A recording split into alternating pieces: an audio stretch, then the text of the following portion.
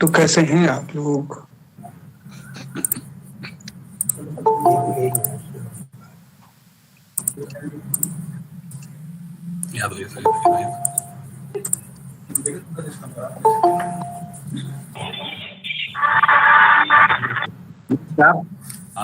मैं K Dwivedi, convener webinar and coordinator of सेलमार्क। आप सभी का इस वेबिनार पोस्ट कोविड-19 era towards better governance for environmental management and biodiversity conservation में स्वागत करता हूं। आजकल ये महसूस किया जा रहा है कि लॉकडाउन के दौरान पर्यावरण में बहुत सुधार हुआ है, पर्यावरण स्वच्छ भी हुआ है, जीव जंतु जानवर सभी अपने प्राकृतिक स्वभाव को महसूस कर रहे हैं। आज लॉकडाउन में ढील भी दी जा रही है। इस रिलैक्सेशन से मानव व्यवहार को रेगुलेट और कंट्रोल भी किया जा रहा है। हम लंबे समय तक लॉकडाउन को कंटिन्यू नहीं कर सकते। लॉकडाउन के दौरान या कोविड के समापन पे हमारी क्या नीतियां होनी चाहिए जो हम मानव व्यवहार को मर्यादित कर सके, क्योंकि कोविड के दौरान जो हमारे वेस्ट गार्बेज हैं, जैसे मास्क, इंजेक्शन, पीपीई किट, आज इनका निस्तारण किस प्रकार हो, आज एक बड़ी चुनौती है। क्योंकि आज ही न्यूज आया कि गाजियाबाद के गार्बेज में यूज्ड पीपीई किट मिला, यमों ने जांच के आदेश भी दिए। अतः इस तरह की चुनौतियों से निपटना मानव जीवन की प्राथमिकता बनती जा रही है। इसके अतिरिक्त wet market, bush meat, wildlife तथा क्लाइमेट चेंजेस में किस प्रकार की समस्याएं आ रही हैं या आने वाली हैं और उनसे निपटने के लिए कानून एवं सामाजिक व्यवस्था बनाए जाने चाहिए, उस पर आज हम सभी होने वाले चर्चा से अवश्य ही लाभान्वित होंगे।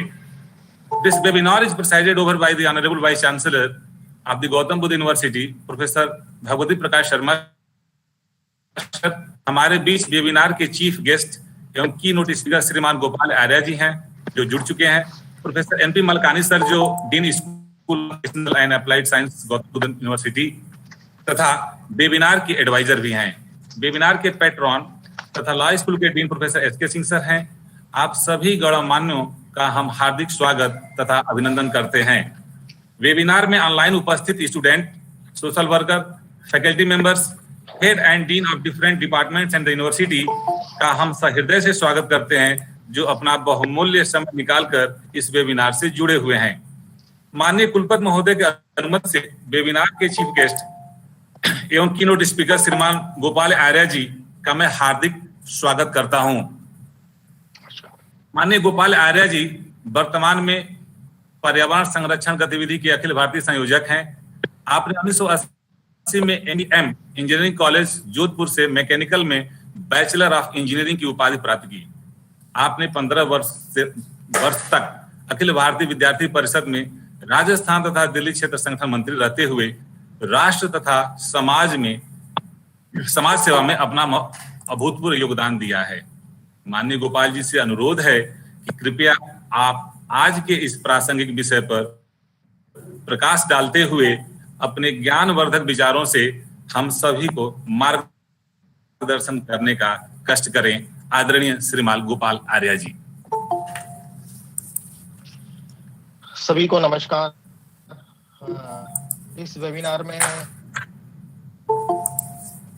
जिन्होंने आमंत्रित किया है, वहाँ के कुलपति श्री भगवती प्रकाश जी, वहाँ के अधिकारीगण, इसमें उपस्थित सभी बुद्धिजीवी बंधु भगिनी।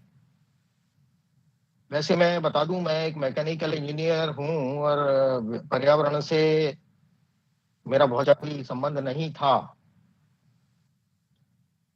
मैं पर्यावरणविद भी नहीं हूं, लेकिन अभी पर्यावरण का दायित्व आने के बाद पर्यावरण के बारे में सोचते जो मुझे कुछ अनुभव आया, जो मैंने आप जैसे लोगों से मिलकर सीखा, मैं उसी के बारे में सबको कुछ बातें शेयर करना चाहता हूं। जैसा हमारा आज का विषय है कि पोस्ट कोरोना 19, ये पोस्ट कोरोना 19 क्या है और कोरोना अभी है तो इसके बाद क्या होगा। तो पहले तो अभी कोरोना के बारे में हमको विचार करना पड़ेगा, इसलिए मैं अपनी बातचीत को 3 भागों में रखूंगा। और पहला है कि अभी हमारी वर्तमान परिस्थिति क्या है, इस बात पर मैं अपने कुछ विषय आपके सामने रखना चाहता हूं। दूसरा है कि पर्यावरण संरक्षण और बायोडाइवर्सिटी के बारे में पहले हमको समझना पड़ेगा कि पर्यावरण क्या है और उसके संरक्षण करने का मतलब क्या है, ये दूसरा काम करना पड़ेगा। और तीसरा बिंदु है कि हमारी भूमिका क्या है, इसमें हमको क्या करना है। ऐसे मैं 3 भागों में अपना ये विषय रखूंगा। पहली बात यह है कि देश की वर्तमान परिस्थिति, तो मैं ऐसे ही बातचीत करते करते मेरे मन में 2-3 बातें आई कि ये कोरोना है क्या। तो मुझे वो भगवान कृष्ण की बात याद आ गई कि यदा यदा हि धर्मस्य ग्लानिर्भवति भारतः, जब जब इस देश में, इस विश्व में ग्लानि मतलब अधर्म की ज्यादा हानि होगी तो मैं उस समय अवतार लूंगा। भगवान ने हमको कई प्रकार से इस प्रकार से चेतावनी देने की कोशिश की, विभिन्न प्रकार से, कि ये मनुष्य अपने व्यवहार को और उसको कैसे ठीक कर ले। लेकिन शायद मनुष्य के समझ में नहीं आया और इसलिए उन्होंने ये कोरोना, जब जब युग परिवर्तन होता है तो उस युग परिवर्तन के लिए कुछ विशेष घटनाएं भगवान रचता है, परिस्थितियां कह दीजिए, भगवान कह दीजिए, गॉड कह दीजिए, वो रचता है। और ये वर्तमान युग में जो कोरोना आया है, ये कहते हैं कि हमारे किसी के द्वारा निर्मित है। तो किसके द्वारा निर्मित है? भले ही चीन ने इस कोरोना को इजाद किया हो और पूरे विश्व को पाठ देने की कोशिश की हो, लेकिन ये क्या है, तो मुझे पौराणिक एक कथा याद आ जाती है कि नरसिंह अवतार एक बार हुए थे और हिरण्यकश्यप हुए थे। तो ऐसे में बातचीत करते हुए ध्यान में कर रहा था कि ये कोरोना है क्या, जिसका फल नहीं, जिसको जो संपर्क करता है उसके लिए कुछ हो जाता है और संपर्क करने वाले के लिए भी हो जाता है। तो समझ में नहीं आया। तो मेरे ध्यान में आया कि ये जो हिरण्यकश्यप था, उसको एक वरदान मिला हुआ था। वो वरदान ऐसा था कि वो है ना, दिन में भी नहीं मर सकता था, रात में भी नहीं मर सकता था, ऊपर भी नहीं मर सकता था, जमीन पर भी नहीं मर सकता था, इंसान से नहीं मर सकता था, भगवान से नहीं मर सकता था, और तो और वो कुल मिलाकर आसमान के नीचे और धरती के ऊपर कहीं पर भी मरने को तैयार नहीं। ऐसा एक व्यक्ति तय हुआ था, उसको व्यक्ति कहिए, अवतार कहिए, एक परिस्थिति कहिए, वो पैदा हुआ, लेकिन उसका आखिर तो निकला। और उसमें प्रहलाद की सत्य, प्रहलाद का सात्विकता, प्रहलाद की पवित्रता ने उसको उस समय के परिस्थिति को बदला। तो क्या कहीं कोरोना ऐसी परिस्थिति में आकर इस इंसान को कुछ समझाने के लिए तो नहीं हुआ? इसलिए पहली बात मुझे लगता है कि क्या ये उस प्रकार का है। और दूसरा, हमारे यहाँ पर एक रक्त बीज के बारे में बताया जाता था कि एक रक्त बीज राक्षस होते थे, उसका रक्त जागरे उतने ही उतने राक्षस पैदा हो जाते थे। अभी की स्थिति में भी यही है कि ये कोरोना जिसको पॉजिटिव आया, उसके साथ रहने वाला, साथ के साथ रहने वाले ऐसे रक्त बीज पैदा होते जा रहे हैं। तो क्या ये कोई पौराणिक पारंपरिक इस प्रकार की परिस्थिति, जब अधर्म का इतना स्थिति आ जाती है कि उस स्थिति में ऐसी वर्तमान में क्या ऐसी परिस्थिति बनी है क्या, हमको इस दृष्टिकोण से लेना चाहिए, लेना पड़ेगा कि कोरोना की वर्तमान इतनी भयावह स्थिति है कि जिसको हो जाए वो ये सोचता है कि मैं घर में घर जैसे नहीं रह सकता, इतना अस्पृश्य हो जाता हूं, उस कष्ट को और उस तनाव को झेल नहीं सकते। और इसलिए विचार करने की बात है कि वर्तमान इस कोरोना की आखिर हमको क्या देना चाहता है। तो यहां से मैं शुरू करता हूं कि हमको 3R के बारे में विचार करना पड़ेगा।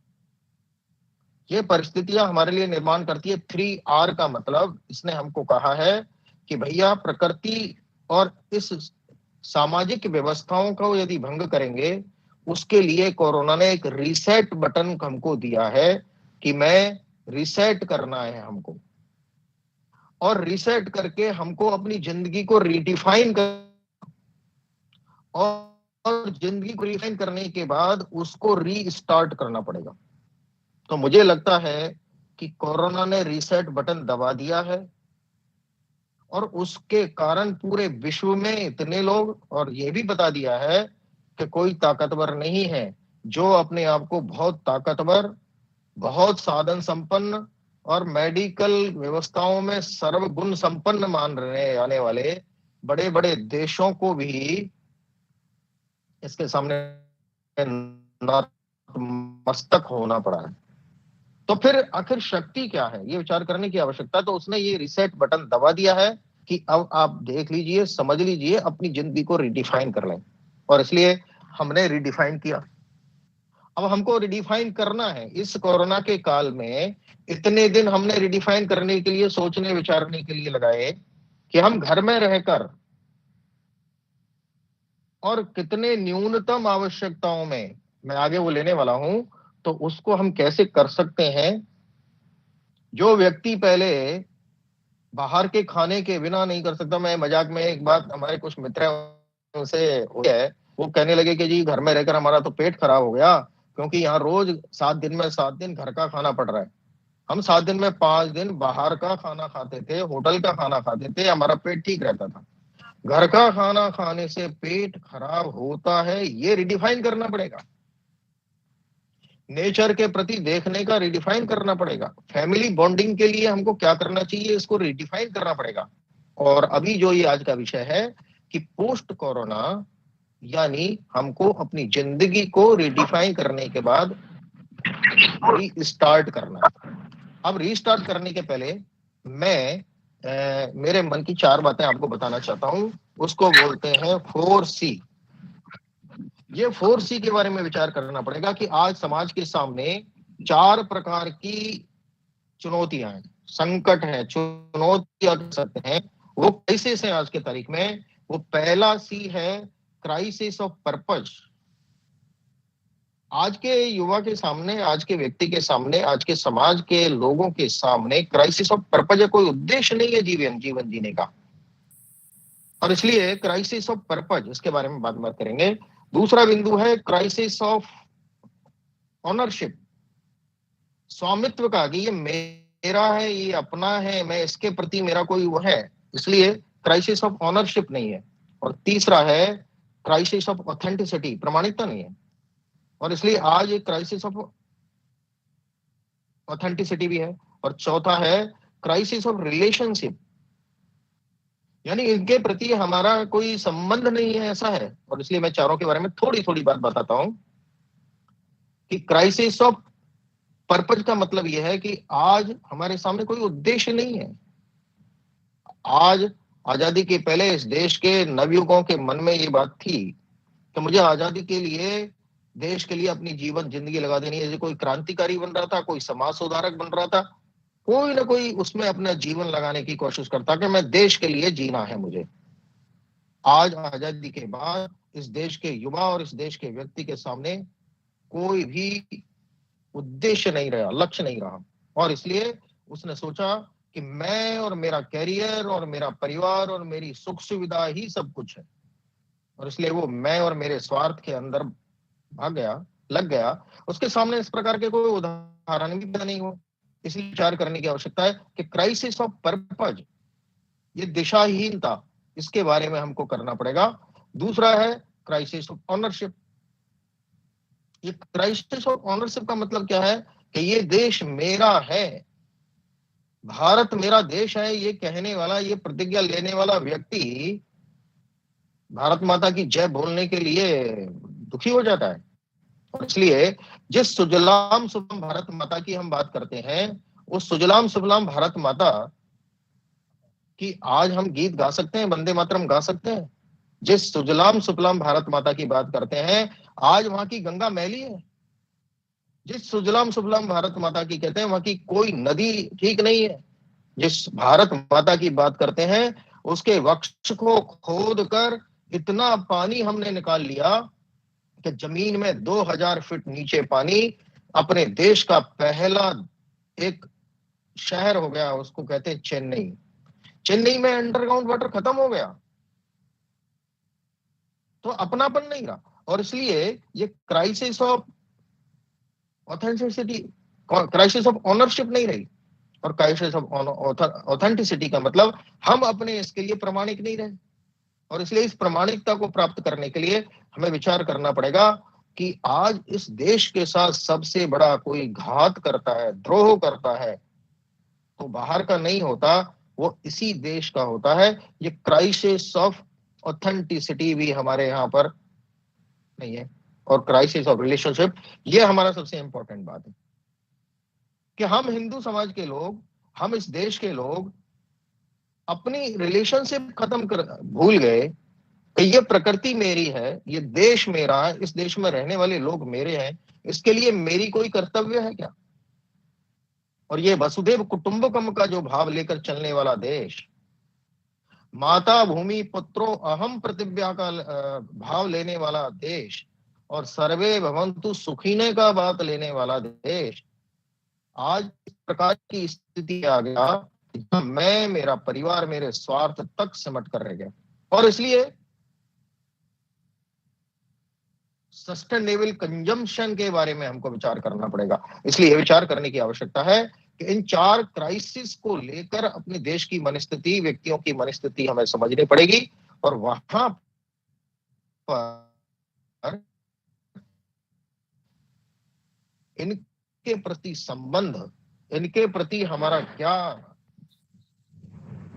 भाव रहना चाहिए, उस भाव को लेकर हमको आगे बढ़ना पड़ेगा। इसलिए हमको विचार करना है कि इस कोरोना के बाद हमको अपनी जिंदगी को यदि रिडिफाइन करना है, तो हमको ये समझना पड़ेगा कि ये क्या है, और वो भी पर्यावरण के बारे में। क्योंकि मैं किसी से पूछता हूँ कि अच्छा किसी ने भगवान देखा है, तो वो तो वही बात हो गई कि जैसे विवेकानंद पूछते थे तो भगवान देखा है क्या, तो मैं कहता हूं कि भगवान देखा है क्या, तो हम सब भगवान के बीच में ही रहते हैं। वो भगवान कौन है? तो वो भगवान ये पर्यावरण ही है। और पर्यावरण कैसे है? पर्यावरण को हम 5 जय में बांट सकते हैं, हमको पता ही है। और एक बड़ी इंटरेस्टिंग बात है कि पूरे यूनिवर्स में केवल और केवल ये अर्थ ऐसी है कि जहां पर लाइफ मिलती है, और कोई प्लेनेट ऐसा नहीं है कि जहां पर लाइफ मिलती है।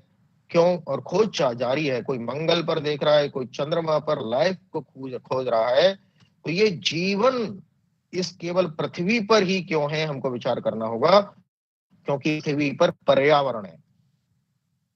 और अगर पर्यावरण है वही जीवन है, ये हमको विचार करना पड़ेगा। तो पर्यावरण यानी क्या है? तो पर्यावरण का मतलब 5 जय है, और 5 जय का मतलब हम सीधा सीधा सब जानते ही है, जल, जमीन, जंगल, जानवर और जन। जल होना आवश्यक है, और इसलिए प्रकृति में सबसे पहले जल ही आया था। जमीन होना आवश्यक है, और जल और जमीन यदि होते हैं तो वहां जंगल होना स्वाभाविक है, और जब जंगल होता है और जल होता है वहीं जीवन होता है, इसलिए जानवर हो जाते हैं, और अंत में ये इंसान होता है, जन होता है। लेकिन बड़ी एक इंटरेस्टिंग बात है कि इस पूरी यूनिवर्सिटी में, पूरी सृष्टि में, ये इंसान ना, जिसको हम ह्यूमन बोलते हैं, ये इंसान की जो पॉपुलेशन है वो केवल 0.01% है। 99.99% इस पूरी सृष्टि का जल, जमीन, जंगल और जानवर है।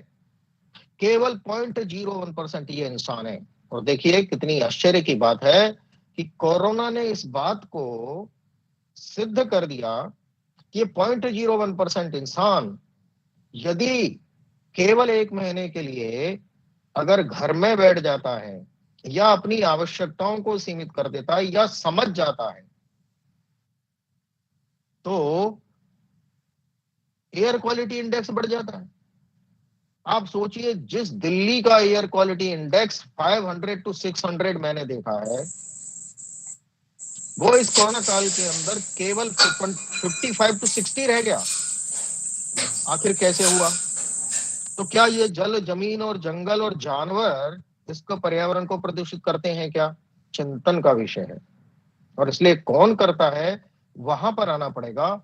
और इसलिए पर्यावरण का मतलब 5 जय हैं, और 5 जय में आखिर सोचिए कि एक इंसान के कारण उनकी अत्यधिक उपभोक्ता की वृत्ति के कारण यहाँ के पेड़ खत्म हो गए।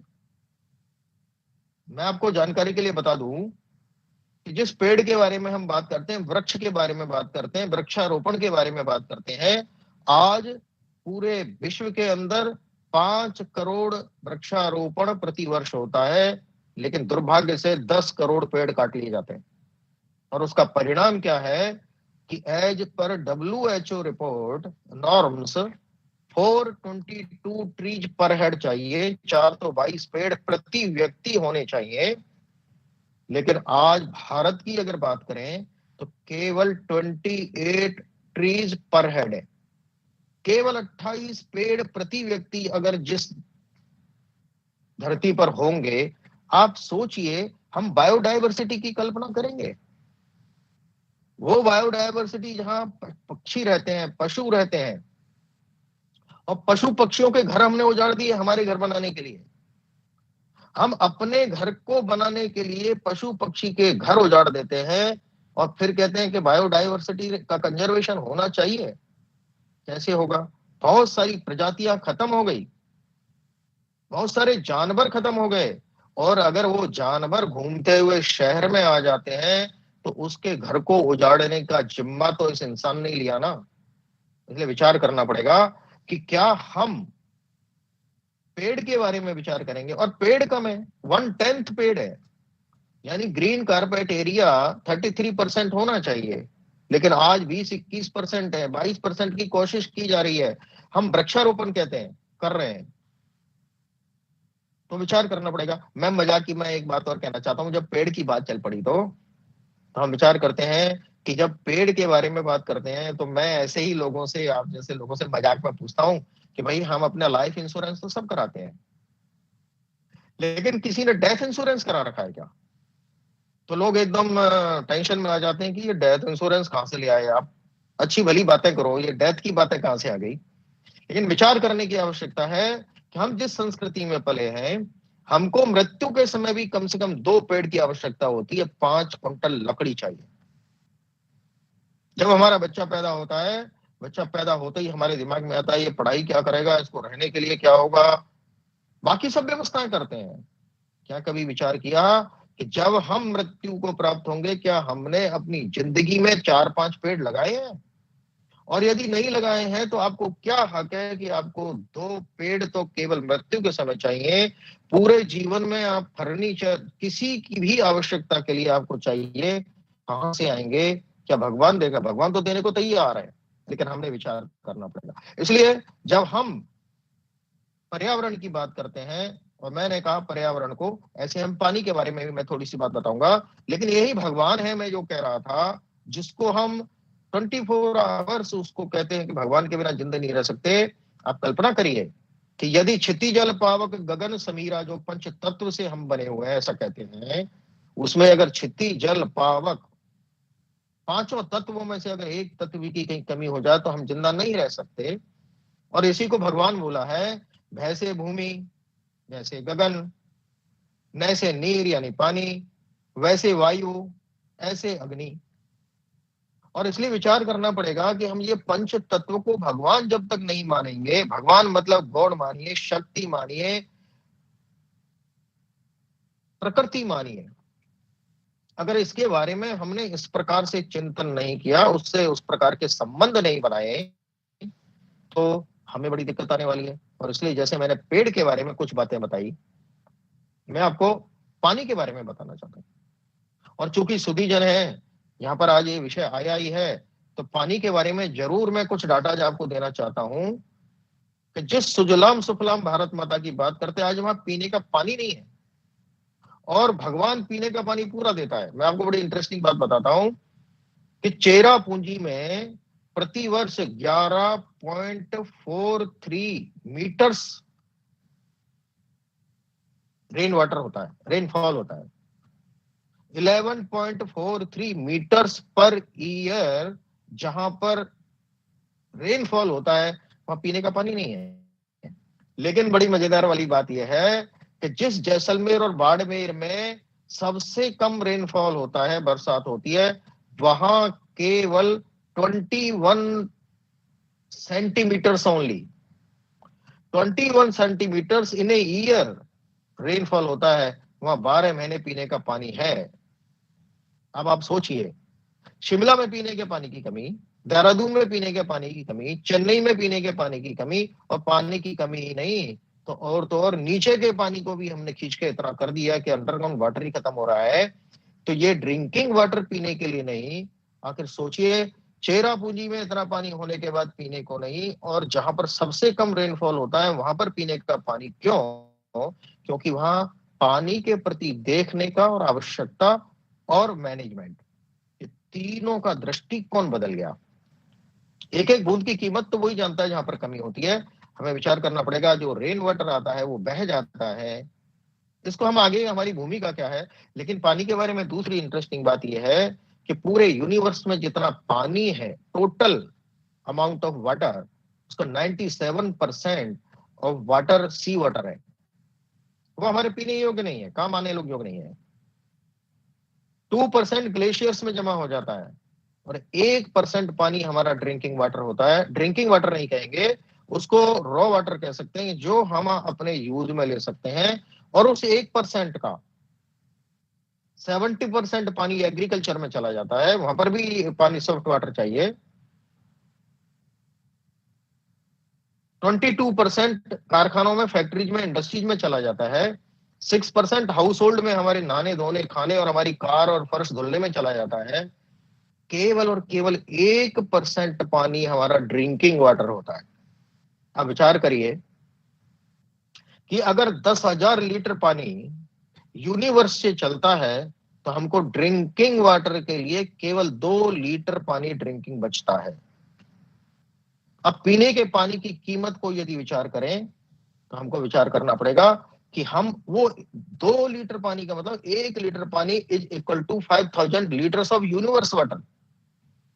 लेकिन हमको कभी ध्यान नहीं आता कि एक बूंद बूंद गिरने वाला हमारे नल का लीकेज, पूरे साल में एक नल का, आप विचार करिए, केवल 1100 लीटर पर ईयर होता है। हम ड्रिंकिंग वाटर और 1100 लीटर को हम कर देते हैं 5,000 टाइम्स। तो हम इतना ड्रिंकिंग वाटर जाने अनजाने में उसके प्रति दृष्टिकोण नहीं होने में हो जाता है। हमें विचार करना पड़ेगा कि ये हम पानी के वेस्टेज को कैसे, इस कीमत को सुनिए, हम घर में एक गिलास पानी लेते हैं, ड्रिंकिंग वाटर लेते हैं, उस ड्रिंकिंग वाटर में से आधा गिलास पीते हैं, आधा गिलास छोड़ देते हैं। वो आधा गिलास पानी यदि प्रति वर्ष, प्रति दिन एक घर में अगर हमारे 3 या 4 बार भी वेस्टेज जाता है, 150 करोड़ लीटर ड्रिंकिंग वाटर खत्म हो जाता है। मैं आपको एक नई बात बताता हूं। परसों ही मेरे को शिमला, हिमाचल प्रदेश के यूडीएच सेक्रेटरी से बात हो रही थी। उन्होंने कहा हमारे यहाँ पानी की किल्लत हो गई है शुरू। एक व्यक्ति क्या कर सकता है, ये हमको अपनी भूमिका समझनी पड़ेगी। वो एक यूडीएच सेक्रेटरी ने कहा कि हमने शिमला में एक बात की कि जहाँ जितने भी वाटर लीकेज थे, पीने के पानी की, कहीं नल टूट जाता है, पाइपलाइन लीक हो जाती है, कहा मैंने 1 महीने में ये रिपेयर करवाया है। आपको आश्चर्य होगा, वो बता रहे मैंने 30 lakh litre drinking water daily की बचत हो गई। और उन्होंने उसकी कॉस्टिंग की है। कॉस्टिंग करने के बाद बताया 12 करोड़ रुपया प्रति वर्ष, यानी लगभग 1 से 1.5 करोड़ रुपया प्रति माह का बचत, और बिजली की बचत, और उससे होने वाले प्रदूषण की बचत। ये विचार करना होगा कि क्या हम विचार कर सकते हैं कि ये जल, जमीन, जंगल और जानवर, जमीन के बारे में विचार करते हैं। मैं 2-3 बातें बताता हूं। जमीन का मतलब क्या है? तो आपको ये बात सुनकर अच्छा तो नहीं लगेगा, लेकिन गौरव भी नहीं लगना चाहिए कि विश्व का सबसे बड़ा कचरे का पहाड़ यदि कहीं है तो हिंदुस्तान के दिल्ली में है, और दिल्ली में भी एक है। और वो एक भी कितना बड़ा है आपको जानकर, मैं खुद वहां जाकर आया, उसकी ऊंचाई है कुतुब मीनार से बड़ी, और उसका एरिया है 70 एकड़। और उसके अंदर जो कचरा है, वहां का चीफ इंजीनियर बताता है कि ये 140 लाख टन है। और वो कब शुरू हुआ? बहुत पुराना अवतार नहीं है ये 1986 से शुरू हुआ, और आज वो लगातार बढ़ता जा रहा है। उस प्रकार के दूसरे लैंडफिल चालू हो रहे हैं। कचरे का पहाड़ विश्व का सबसे बड़ा हिंदुस्तान में होना कोई गौरव की बात है? और उससे होने वाले इस पृथ्वी, ये भारत माता इसको बोलते हैं, माता भूमि पुत्रो अहम की बात करते हैं, हम उस भूमि को कितना प्रदूषित करते हैं इसकी आप कल्पना कर सकते हैं। और इसलिए इस जमीन को, इस भारत को यदि माता मानते हैं, भारत माता की जय बोलते हैं, हमको ये विचार करना पड़ेगा कि इस भारत माता की क्या स्थिति है। और इसलिए जब एपीजे अब्दुल कलाम से ये पूछा गया, एक छोटी सी बच्ची से, वो ऑटोग्राफ ले रही थी, उससे पूछा गया, एपीजे अब्दुल कलाम ने से पूछा उन्होंने कि सर मुझे ये बताइए कि मुझे देशभक्ति करने के लिए क्या करना पड़ेगा। आप सोचिए, एपीजे अब्दुल कलाम जैसा विद्वान व्यक्ति उसको कहता है, बेटी अगर तुम्हें देशभक्ति ही करनी है तो एक वृक्ष लगाओ। अरे वृक्ष का देशभक्ति से क्या लेना देना? तो वृक्ष का देशभक्ति से लेना देना है।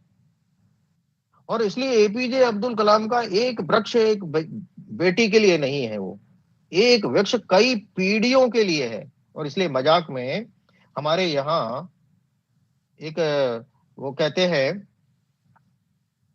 कि एक दादाजी थे, बूढ़े आदमी थे 85 साल के, वो एक गली में आम का पेड़ लगा रहे थे, पौधा लगा रहे थे।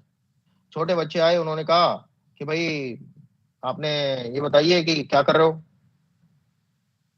तो दादाजी आम का पेड़ लगा रहे हो। तो बच्चा ने मजाक किया और कहा कि दादाजी एक बात बताइए कि आप तो कब्र में पैर लटका के बैठे हो, 2-4 साल में चले जाओगे, आम के पेड़ के आम कौन खाएगा? तो वो जो दादाजी कहते हैं वो हमारे लिए समझने की बात है।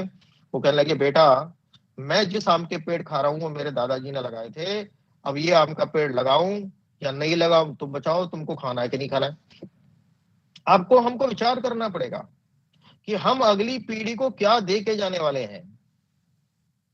हमें ये विचार करना पड़ेगा कि अगली पीढ़ी को हम जहर देकर जाने वाले हैं, हमें उनको प्रदूषित वायु देकर जाने वाले हैं, हमारे यहाँ पर पेड़ काट कर जाने वाले हैं, या इस जमीन से आने वाले पानी को खत्म करके जाने वाले हैं। आगे वाली पीढ़ी कहीं ये हमको ना कह दे कि आप क्या कर सकते, हमारे पूर्वजों ने क्या करके गए, हमारे लिए क्या ये छोड़ कर गए, ये विचार करने की आवश्यकता है। इसलिए मैं 5-7 मिनट में ये बताना चाहूंगा कि इसके लिए हमारी क्या भूमिका होनी चाहिए। और वो भूमिका के लिए 4R की बात कर सकते हैं। उसको ऐसे समझना होगा कि जब हम पेड़, पानी, प्लास्टिक की बात करते तो हैं, कैसे हैं आप लोग? तो मैं ये कहना चाहता हूं कि हमको 3 स्तर पर लेना पड़ेगा। पब्लिक अवेयरनेस करनी पड़ेगी, 3P, पब्लिक पार्टिसिपेशन करना पड़ेगा और पब्लिक मूवमेंट बनाना पड़ेगा। पब्लिक अवेयरनेस के लिए विभिन्न प्रकार के कार्यक्रम लेना पड़ेगा, पब्लिक पार्टिसिपेशन करना पड़ेगा, क्योंकि केवल अवेयरनेस से काम नहीं पड़ेगा। एक बार मैं बड़ी एक कॉन्फ्रेंस थी जिसमें बहुत बड़े बड़े पर्यावरण बैठे थे। मैंने कहा कि ये बताइए जी, अपने घर में जो पानी है, ऐसा कौन सा यहाँ पर्यावरणविद है तो जो हम बात कर रहे हैं कि जिनके घर में 0 पानी, घर का पानी घर में जिनके यहाँ पर रहता है। लेकिन ये हमारा काम थोड़ी है, हम तो चिंतन मनन करने वाले हैं। पार्टिसिपेशन नहीं होगा तो केवल चिंतन करने से बात नहीं होगी, अवेयरनेस के साथ पार्टिसिपेशन चाहिए और पार्टिसिपेशन के बाद वो मूवमेंट बनना चाहिए। इसलिए 3P की बात करना है और उसको करने के लिए नेक्स्ट 3P की बात करना है कि हमको इसको personal, professional and public level पर ले जाना पड़ेगा। और इसलिए पर्सनल का मतलब है मैं और मेरे घर में मैं पर्यावरण बचाने के लिए क्या करना है। मैं जहां पर प्रोफेशन मेरा है, चाहे मेरी फैक्ट्री हो, चाहे मेरा स्कूल हो, चाहे मेरा होटल हो, चाहे मेरी नौकरी हो, मैं उसमें क्या कर सकता हूं। और पब्लिक लेवल पर तो जो हम एनजीओ और उनके माध्यम से करते हैं, मेरी कॉलोनी में क्या हो सकता है, मेरे पार्क में क्या हो सकता है, मेरे खेत में क्या हो सकता है, इस प्रकार से विचार करना है। तो इन पर्सनल लेवल पर करने का इंपॉर्टेंट बात है, उसको मैं मेरी बात पूरी करूंगा कि हमको 4R के बारे में विचार करना पड़ेगा। और 4R हैं रिड्यूस, रीयूज, रिसाइकिल और रिफ्यूज। इनके बारे में विचार करना पड़ेगा। और 4R का मतलब यह है कि रिड्यूस का मतलब हमारे शास्त्रों में कहा गया है, तेन तक तेन भुंजिता। क्या हम उतना ही उपयोग करें जितना मुझे आवश्यकता है। मैं आवश्यकता से अधिक यदि कुछ कर रहा हूं तो मैंने किसी के भाग्य भाग्य का छीना है, ऐसा हमारे यहाँ कहा जाता था। लेकिन हमने कब इसको भूल गए, और इसलिए हमको सोचना पड़ेगा सस्टेनेबल कंजम्पशन की बात। और इसलिए क्या मैं रिड्यूस कर सकता हूं मेरे दैनंदिन जीवन में। और रिड्यूस का मतलब समझ लीजिए कि क्या आप समझ सकते हैं वाटर फुटप्रिंट का नाम आपने सुना होगा। ये वाटर फुटप्रिंट क्या है? तो वाटर फुटप्रिंट का मतलब ये है कि अगर हम A4 साइज एक पेपर लेते हैं, उस A4 साइज में 10 लीटर पानी खर्च होता है। अगर मैं ये पेन लेता हूं, इस पेन में 40 लीटर पानी का खर्चा होता है। जब हम वाटर फुटप्रिंट की बात करेंगे तो आप विचार करेंगे कि मैं इसको कम से कम किस प्रकार से कर सकता हूं। और इसमें होने वाले फिर कार्बन क्रेडिट, इससे कार्बन कितना बनता है, और उसके कारण जो हम कह रहे हैं ओजोन की परत में छेद हो जाता है, और कार्बन, पेड़ नहीं रही तो कार्बन डाइऑक्साइड कहां जाएगी। इसलिए हमको विचार करना पड़ेगा, पूरा साइकिल है, इसलिए हमको रिड्यूस करना पड़ेगा। और रिड्यूस करने के लिए जो हमारी पुरानी परंपरा है, धर्म अर्थ काम मोक्ष बनाना पड़ेगा कि अर्थ और काम को, जो हमारी उपभोग की वृत्ति है उसको, अर्थ और काम, उसको धर्म आधारित करना पड़ेगा। ये है रिड्यूस। और इसलिए हमारे जीवन में सवेरे से शाम तक मैं क्या कर सकता हूं, तो क्या मैं नहाते समय छोटे टॉवल का उपयोग करूं बड़े टॉवल की जगह? अगर मैंने टॉवल लिया तो मैं 30 लीटर पानी को उसको धोने में खर्च कर रहा हूं। क्या मैं इसको रिड्यूस कर सकता हूं? क्या मेरे घर में जो बूंद बूंद पानी निकल रहा है उसको ठीक कर सकता हूं? क्या मेरे घर में आरओ और एसी का पानी है, उस आरओ और एसी के पानी को मैं रीयूज रिसाइकिल कर सकता हूं? इसलिए हमको सोचना पड़ेगा कि एक व्यक्ति अपने यहाँ आरओ का यदि 20 लीटर पानी पीने का, एक दिन में अगर 4-5 लोग हैं तो 20 लीटर कम से कम पिएंगे। 7 लीटर पानी डेली का होता है जो आरओ में वेस्ट हो जाता है, और पूरे वर्ष भर का वो 25,000 लीटर, 22 से 25,000 लीटर पानी होता है, वो हम वेस्ट कर देते हैं, उसको नाली में डाल देते हैं। मेरी सबसे कृपया निवेदन है कि क्या हम घर में रिड्यूस करने के लिए इसको रीयूज कर सकते हैं क्या? और इसको रीयूज करना आवश्यक है। इसलिए आरओ और एसी वाला इंटरेस्टिंग है, उसके बारे में मैं थोड़ा सा बताना चाहता हूं कि एसी के पानी को यदि रीयूज हमने किया, एसी का पानी जो टपकता है हमको पता नहीं है कितना टपकता है। अगर 1 टन का एसी है, 24 घंटे चलता है, तो 60 to 90 लीटर पानी निकलता है, ये हमको पता नहीं है। और वो एटमॉस्फेरिक जो ह्यूमिडिटी है उसमें से पानी निकलता है, प्योर वाटर होता है। एक परिवार की महिला माता जी हमारी उसको पानी को रीयूज करती, कपड़े धोती थी, कहने लगी भाई साहब मैं ये पानी करती हूँ, मेरे कपड़े अच्छे साफ होते हैं, मेरा साबुन 1/3 रह गया इसके कारण, अच्छे झाग आते हैं, साफ हो जाते हैं कपड़े।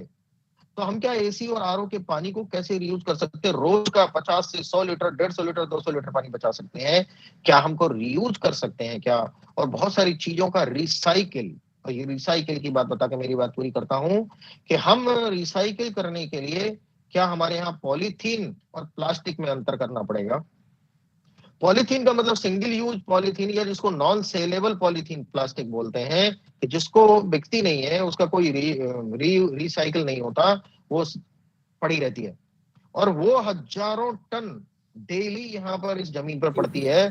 हम क्या उसको एक इको ब्रिक्स बनाकर, एक जो हमारी बिसलरी की जो बोतल होती है उसके अंदर अगर डाल देंगे, मैं आज सबसे आग्रह करता हूं कि क्या हम ये संकल्प ले सकते हैं कि वो पॉलीथीन, वो पाउच, वो रैपर, वो हमारे नमकीन का उसका होने वाला रैपर जिसको मल्टीग्रेन रैपर बोलते हैं, उसको जमीन पर ना गिरने दें। और आप विचार कर लीजिए कि यदि हमने उसको जमीन पर फेंका तो आपने किसी एक जानवर की हत्या कर ली। कोई गाय खाएगी, कोई जानवर खाएगा, किसी के पेट में जाएगा, और अगर वहां नहीं गया तो कम से कम वो जमीन पर जाएगा, जमीन को प्रदूषित करेगा, और वहां नहीं गया तो बरसात के पानी के साथ नालियों को चौक करेगा, नदी में जाएगा, समुद्र में जाकर वो मछलियों को खत्म कर देगा। आप सोचिए आपकी एक पॉलीथीन का मतलब क्या होता है।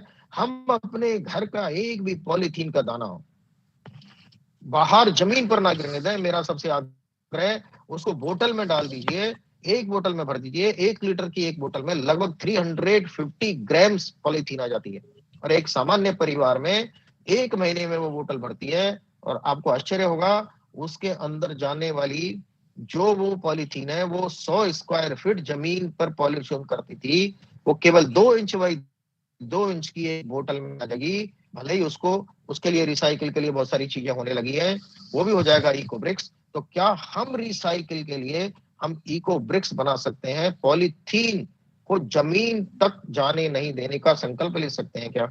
हमें करना पड़ेगा। और अगर इसके अलावा कोई बात होती है तो हमको विचार करना है कि हमको रिफ्यूज कर देना पड़ेगा, कि अगर ये पर्यावरण युक्त नहीं है तो रिफ्यूज करना पड़ेगा, ऐसा हमने सोचा। इसलिए देश में पर्यावरण गतिविधि हमारी ये दो काम कर रही है अभी, और मेरा सबसे निवेदन है कि आप भी अगर उसमें हमारा सहयोग करेंगे तो अच्छा होगा। वो पहला है कि कल पर्यावरण दिवस पर हम पर्यावरण युक्त हरित घर का संकल्प लेने का अभियान चलाए। हर व्यक्ति अपने घर को पर्यावरण युक्त 5 स्टार घर कैसे बना सकता है? हम 5 स्टार में रहने के आदी हो गए हैं, क्या हम अपने घर को ही 5 स्टार हरित घर बना सकते हैं, जिसमें घर का पानी घर में, जीरो वेस्ट पानी, घर का कचरा घर में, घर की ऊर्जा घर में। और जानवरों की बात करते हैं तो घर के जानवर घर, मतलब पक्षी घर, पेड़ तो हमने काट दिए, क्या हम अपने घर में क्या 4 पक्षी घर लगा सकते हैं? चिड़ियों की चहचहाट सुन सकते हैं क्या? और घर की ऊर्जा घर में, घर की ऊर्जा का घर में मतलब है कि हम मिनिमम ऊर्जा खत्म करें, और गाय के गोबर के द्वारा जो अग्निहोत्र होता है या यज्ञ होता है उसको करने से एक अच्छा वातावरण बन जाता है। तो क्या हम कर सकते हैं? पहला, हरित घर का संकल्प कल हम पर्यावरण वाले दिन ले सकते हैं क्या? तो हमारी आज की गोष्ठी का कोई होगा। और दूसरा, इस चीज को अवेयरनेस करने के लिए हमने पर्यावरण प्रहरी, एनवायरमेंट वॉरियर्स बनाए हैं। और वो बनाने की प्रक्रिया में केवल व्हाट्सएप ग्रुप में उनके माध्यम से नीचे तक अच्छी बातें, मोटिवेटिंग बातें हम नीचे तक फैलाएंगे। तो पर्यावरण युक्त हरित घर और पर्यावरण वॉरियर्स यानी प्रहरी, ये बनाने का अभियान हम लोगों ने लिया है। इसमें आप सबसे ज्यादा सहयोगी हो, और ये करते हुए हमने विचार करना पड़ेगा, हमको एनवायरमेंट ऑडिट करना पड़ेगा, हमारे घर का ऑडिट करना पड़ेगा कि मैं मेरे घर में इन सब चीजों को कैसे, पानी कम, कार्बन क्रेडिट कम, कचरा कम, इसको कैसे रीयूज रिसाइकिल कर सकता हूँ। दूसरा, हमको एनवायरमेंट कमेटीज बनानी पड़ेंगी, और एनवायरमेंट कमेटीज बनाकर उनको अवेयरनेस के लिए जिम्मेदारी स्वाभाविक रूप से आनी पड़ेगी कि हाँ, हम एनवायरमेंट वॉरियर्स हैं, हम ये काम करेंगे।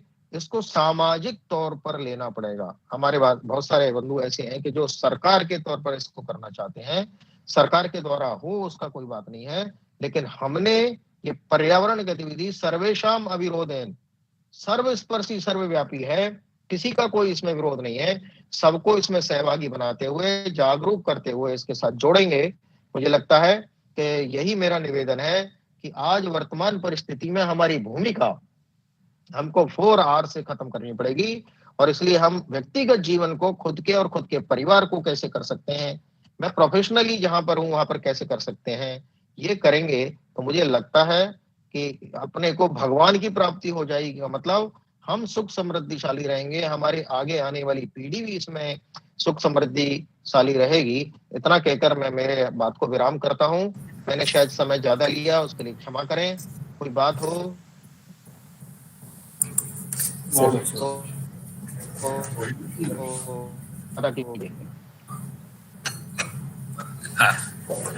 Thank you very much sir. आपने जो है महत्वपूर्ण तत्वों का उल्लेख करते हुए, जैसे गीता का उल्लेख किया, नरसिंह अवतार का उल्लेख किया, रक्त बीज का, और जो आपके फार्मूले सर 3R 4R और जो 4C है सस्टेनेबल कंजम्पशन का आपने जो बात किया, इंपॉर्टेंट ऑफ वाटर का, और जो आपके जो सजेशन है वो हम लोग के लिए महत्वपूर्ण है और अनुकरणीय है, और इसके लिए बहुत बहुत धन्यवाद सर। और कार्यक्रम को आगे बढ़ाते हुए मैं श्रीमान प्रोफेसर एनपी मलकानी सर, जो dean school of vocational and applied science तथा इस वेबिनार के एडवाइजर हैं, से अनुरोध करता हूं कि आप अपने विचारों से हम सभी श्रोताओं को लाभान्वित करें। आदरणीय मलकानी सर।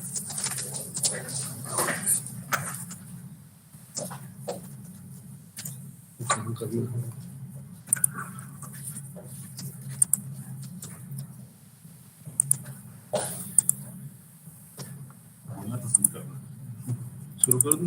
बोलना शुरू कर दूं?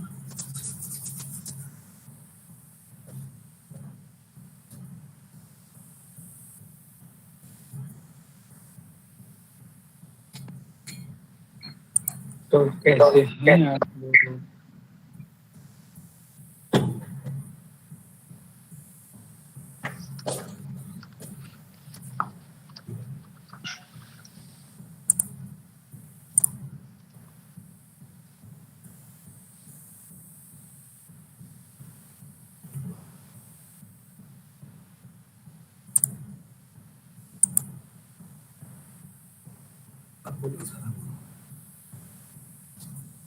सभी महानुभावों को मेरा प्रणाम, नमस्कार।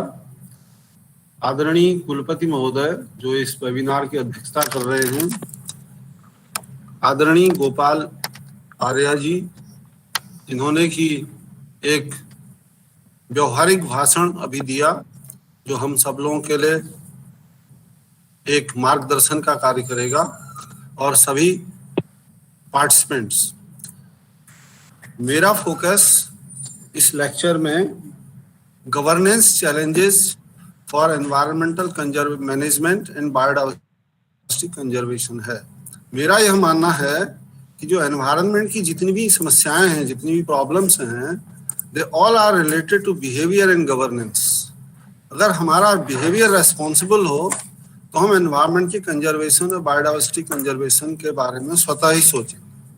इसी प्रकार अगर हमारी गवर्नेंस बेटर हो तो हमारे जितने भी इंस्टीट्यूशनल मैकेनिज्म हैं वो सब एक सही दिशा में जाएंगे और पर्यावरण के साथ साथ पर्यावरण से संबंधित सभी लोग लाभान्वित होंगे। तो कोरोना वायरस और कोविड-19 अब ये एक कॉमन मास के शब्द हो चुके हैं, लेकिन कुछ विडंबनाएं अभी भी हैं। कोरोना वायरस की उत्पत्ति कैसे हुई, इसका अभी भी कोई वैज्ञानिक आधार नहीं मिला है। यही माना जा रहा है कि जो श्रिम्प सेलर वुहान मार्केट में थे वहां से ये स्प्रेड हुआ है, लेकिन कोई इसका आधार अभी ओरिजिन का नहीं मिला है। इसी प्रकार कोई वैज्ञानिक तथ्य इसके लिए नहीं मिला है ये कब और किस प्रकार से मानव में वाइल्ड एनिमल से ट्रांसमिट हुआ है। यह प्रमाण है कि जो कोरोना वायरस 2 है इसका जो रिजर्वॉयर है वो वाइल्ड एनिमल से है, और वाइल्ड एनिमल का अगर हम हैबिटेट समाप्त कर देते हैं तो वो मानव का उससे उनका संबंध बढ़ जाता है। और दूसरे शब्दों में अगर हम वाइल्ड एनिमल कंजम्पशन बढ़ा दें तो मानव से संबंध बढ़ जाता है। तो इसको माना जाता है कि सिवेट, बैट्स और पेंगोलिन के द्वारा ये मानव में पहुंचा है। बट ये तथ्य स्पष्ट है कि एक प्रोलिफिक जंपर है जो कि एक मानव से दूसरे मानव में काफी आसानी से बढ़ जाता है। इसके इमरजेंस के और स्प्रेड के बहुत सारे फैक्टर्स बताए गए हैं। इसमें पहला फैक्टर बताया गया है जो हैबिटेट लॉस है। ये डिफॉरेस्टेशन की वजह से हुआ है, लैंड यूज चेंजेस की वजह से हुआ है, और जो ह्यूमन परटर्वेशंस हैं उन्होंने हैबिटेट को, वाइल्ड लाइफ की डैमेज किया है, और अल्टीमेटली उसके बाद पैथोजन की साइकिल और उसकी होस्ट की एग्जिस्टेंस में वेरिएशन आया। इस कारण ये एक पेंडेमिक सिचुएशन क्रिएट कर दिया। इसके अलावा जो मीट की डिमांड बढ़ रही है, स्पेशली जो वाइल्ड एनिमल के मीट की डिमांड बढ़ रही है, वेट मार्केट प्रमोट हो रही है, ग्लोबल ट्रेड में इलीगल ट्रेड होता है वाइल्ड एनिमल्स का फॉर डिफरेंट पर्पजेज, ये भी इसके कारण हैं। और ये तय है कि जो वेट मार्केट्स हैं वो इसका इंक्यूबेटर का कार्य करते हैं। अक्सर हम सब लोग सुनते हैं कि वेट मार्केट्स चाइना में हैं और बाकी देशों में कम हैं या नहीं हैं, लेकिन ऐसा नहीं है। अगर हम हिंदुस्तान की बात करें तो हिंदुस्तान में भी वाइल्ड एनिमल की मीट मार्केट्स हैं। आपको जानकारी देते हुए मुझे ये अच्छा लग रहा है कि पूरे हिंदुस्तान में आप देखेंगे तो जो मीट मार्केट्स हैं वाइल्ड एनिमल की, ये या तो रिचुअल से जुड़ी हुई है नॉर्थ ईस्ट में, या ये फीस से जुड़ी हुई हैं, या ये टेस्ट से जुड़ी हुई हैं। अब इसके उदाहरण में आप देखिए टर्टल स्पीसीज का, जो कि प्रोटेक्टेड एनिमल में आता है, ये शेड्यूल 1 में आता है वाइल्ड लाइफ प्रोटेक्शन एक्ट के, और एंडेंजर्ड स्पीसीज में आता है। ये ओपनली बेचा जाता है अगरतला त्रिपुरा में, कोलकाता, हावड़ा, पुरुलिया, मिदनापुर में वेस्ट बंगाल, पटना, मुंगेर, मुजफ्फरनगर, मुजफ्फरपुर बिहार में, बोकारो, जमशेदपुर, रांची, धनबाद झारखंड में, और उत्तर प्रदेश में भी वाराणसी और गोरखपुर की एरिया में ये मार्केट में बेचा जाता है। इसमें चित्र भी आपको दिखाई दे रहा है कि ये जो टर्टल है जो कि थ्रेटेंड स्पीशीज है, इसका उसमें यूज होता है। इसके अलावा जो वाइल्ड एनिमल की हंटिंग है, ये बहुत कॉमन है नॉर्थ ईस्टर्न रीजन में, नागालैंड, अरुणाचल प्रदेश, मिजोरम, इस तरीके के जो स्टेट्स हैं हमारे, तो ये ट्रेडिशनल है और ये सीजनल प्रैक्टिस है और ये जुड़ी है कल्चरल रिचुअल से। और अब इसका धीरे धीरे कॉमर्शलाइजेशन भी शुरू हो गया है, तो जिस कारण ये प्रॉब्लम बढ़ रही है। तो जो नॉर्थ ईस्ट में जो वाइल्ड एनिमल की हंटिंग की प्रॉब्लम है, ये अन्य राज्यों की तरह आसान नहीं है।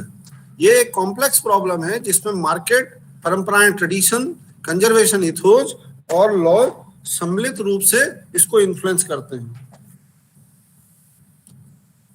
एक अध्ययन wild life institute of India ने अरुणाचल प्रदेश में किया हुआ है, जिसको कि मैं आपको शेयर कर रहा हूं। इसमें पाया गया कि जो वाइल्ड एनिमल्स का जो कंजम्पशन होता है, ये सबसिस्टेंस लेवल के लिए 55% है, कॉमर्शियल पर्पस के लिए 25% है, मेडिसिनल पर्पस के लिए 10% है, रिक्रिएशन के लिए 5% है और बाकी रीजन्स में और रीजन्स जो आते हैं उसमें 5% है। मुझे भी नॉर्थ ईस्ट में अरुणाचल, नागालैंड में जाने और रहने का मौका मिला, तो मैंने देखा कि वाइल्ड मीट को वो एक स्पेशल प्रिविलेज फूड के रूप में उसका उपयोग करते हैं। तो ये एक वाइल्ड लाइफ इंस्टीट्यूट की सर्वे स्टडी है जो स्टडी फोकस करती है कि जो वाइल्ड एनिमल का मीट है, ये हमारे भारतवर्ष में भी इसका हो रहा है। ये एक चित्र मैं आपको प्रेषित कर रहा हूं जो अरुणाचल प्रदेश का दोईमुख एक स्थान है वहां का है, और अक्सर आप देखेंगे कि जो बॉर्डर एरिया, बॉर्डर डिस्ट्रिक्ट्स होते हैं, वहां इस तरीके की एक्टिविटीज ज्यादा होती हैं। तो यहाँ पे फॉरेस्ट डिपार्टमेंट ने वाइल्ड एनिमल की जो पोचिंग हुई है उस केसेस को कन्फेस्केट किया है। तो इसमें आप देखेंगे डियर भी है, खाल भी है और हॉर्स भी हैं, ये सब वाइल्ड एनिमल हैं। तो इनका यूज अभी भी वहां पे होता है। उसके बाद हम आते हैं जो हमारी स्ट्रीट ट्रेडिंग मीट की होती है, ये बहुत ही अनहाइजेनिक है, फिल्थी कंडीशन में ये होती है। आपने भी देखा होगा कि हाट में या लाइव मार्केट, मीट मार्केट में, जहाँ की गोट, लैम्ब और चिकन का मीट फ्रेश बिकता है, वहां पे और फैक्ट्री फार्म्स में, स्लॉटर हाउसेज में कंडीशन बहुत अनहाइजीनिक होती है। और जहाँ स्लॉटरिंग होती है इनसाइड द रूम्स, वहां पे ब्लड, यूरिन, वेस्ट ये बहुत कॉमन होता है। तो नट सेल में वर्किंग कंडीशन बहुत पुअर है, हम इसमें ध्यान दिखा हो सकता है। अब मैं चर्चा करता हूं आपको कुछ हिंदुस्तान के बाद हमारी आज की परिप्रेक्ष्य में कमियां हैं और पर्टिकुलरली कोरोना को लेकर हमें क्या सुधार की आवश्यकता है।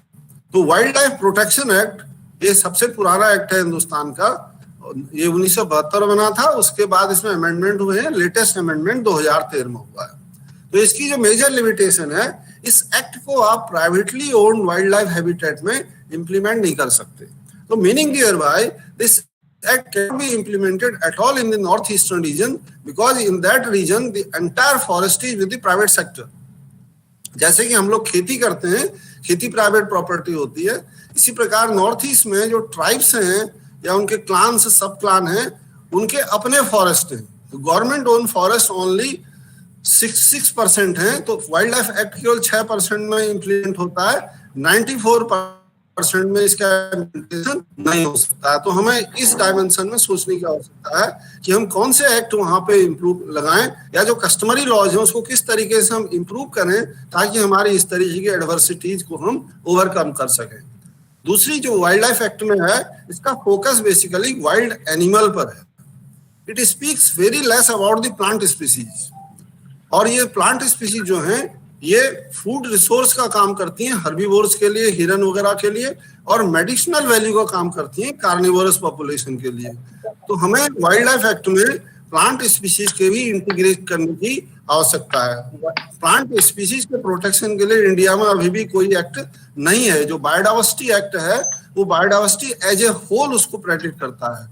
उसके बाद दूसरी प्रॉब्लम क्या है कि ये एक्ट JNK में इंप्लीमेंट नहीं होता वाइल्ड लाइफ ट्रेड के लिए, and there is no demarcation between an animal which we collect wildland or which we produce from captive breeding। जैसे आपने सुना होगा कि चाइना में की फार्मिंग होती है। चाइना ने एक बार हिंदुस्तान को भी ये प्रस्ताव दिया था, लेकिन हिंदुस्तान ने इसको एक्सेप्ट नहीं किया। उसका कारण क्या था कि हमारे वहाँ स्मगलिंग बढ़ जाती वाइल्ड एनिमल की, क्योंकि हमारे फार्मिंग तो हो नहीं रही है।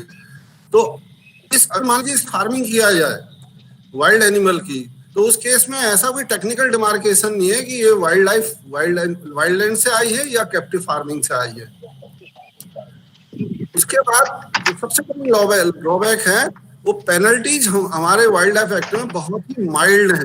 अगर पेनल्टी माइल्ड हो तो करप्शन बढ़ता है। मैं आपके लिए इसके उदाहरण देना चाहता हूँ। रेलवे में विदाउट टिकट का, रेलवे में विदाउट टिकट पहले 50 रुपए में मिल जाता था, तो लोग जनरली विदाउट टिकट ही बैठ जाते थे, टीटी से टिकट बनवाते थे। अब 250 रुपये पेनल्टी है और जहां से ट्रेन शुरू हो रही है वहां से किराया पड़ रहा है, दूना पड़ रहा है, तो अब लोग विदाउट टिकट बैठने में डरते हैं। तो इसलिए पेनल्टी जो है वो एक लॉजिकली हैवी होनी चाहिए। और आपने अभी कल के अखबार में अगर देखा हो, हिंदू में या और अखबारों में भी छपा है, केरल में एक फीमेल एलिफेंट को पाइनएप्पल में पावरफुल एक्सप्लोसिव लगा के खिलाने से उसकी डेथ हुई है। तो कितना बड़ा क्राइम है। We are human and we are behaving in a inhuman manner. और वाइल्ड लाइफ के बारे में या डोमेस्टिकेटेड एनिमल के बारे में कोई बोलता नहीं है। हमारे घर में किसी की डेथ हो जाए तो हम लोग कोर्ट केस कर लेते हैं, लेकिन वाइल्ड एनिमल मारा जाए तो उसके लिए फॉरेस्ट डिपार्टमेंट ही कर पाता है, बाकी कोई नहीं कर पाता है। तो इस तरीके की हमको पेनल्टीज को भी इसमें सोचना पड़ेगा कि किस लेवल तक पेनल्टीज को ले जाएं। And there is no coverage of foreign endangered wild animals in the wildlife protection act. अब दूसरा एक्ट मैं आपको शेयर करता हूं जो कि कोविड-19 से संबंधित है, that is biomedical waste management rule of India 2016। ये जो बायोमेडिकल वेस्ट मैनेजमेंट रूल है, इनका फोकस मोस्टली जो इन्फेक्शियस डिजीजेज हैं, HIV और H1N1 पर है।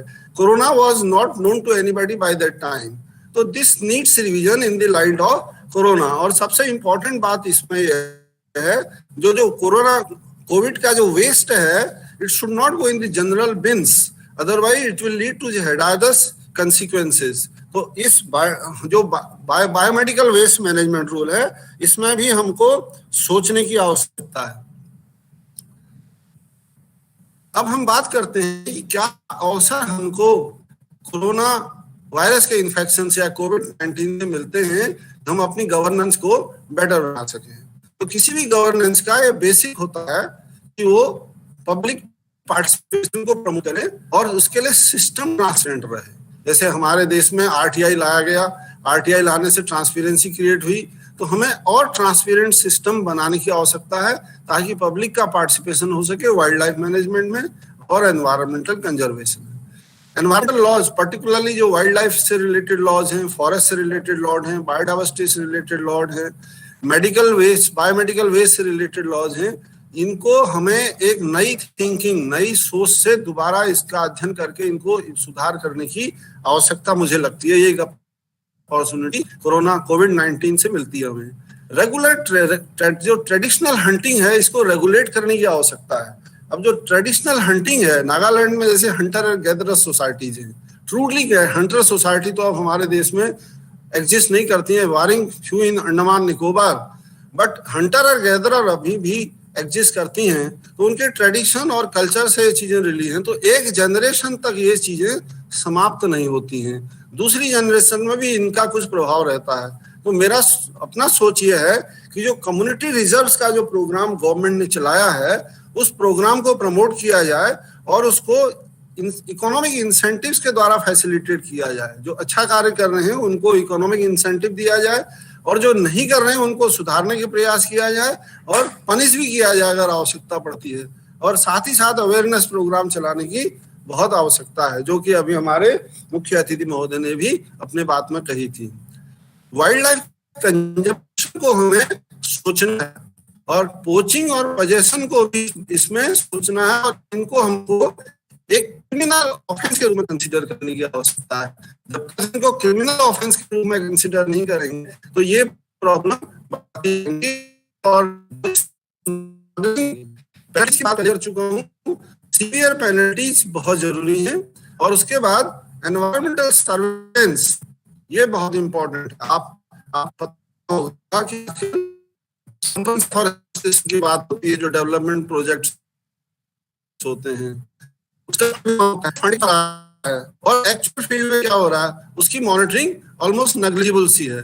तो environmental surveillance is the key for environmental conservation. तो इसमें हमें ऑटोमेशन का यूज करना चाहिए। अभी जैसे मैं आपको छोटा सा उदाहरण देता हूँ टिड्डी दल का। तो टिड्डी दल बहुत मात्रा में फैल गया था हिंदुस्तान में, तो बात हुई कि ड्रोन से पेस्टिसाइड को स्प्रे किया जाए। तो इसी तरीके से हमें सोचना है कि हम किस तरीके से ऑटोमेशन को एनवायरमेंटल सर्विलेंस में यूज कर सकते हैं। फाइनेंशियल सपोर्ट पर्टिकुलरली जो कि हमारे पीपल सेंट्रिक कंजर्वेशन प्रोग्राम है, कम्युनिटी कंजर्वेशन प्रोग्राम है, उनको फाइनेंशियल सपोर्ट की आवश्यकता है।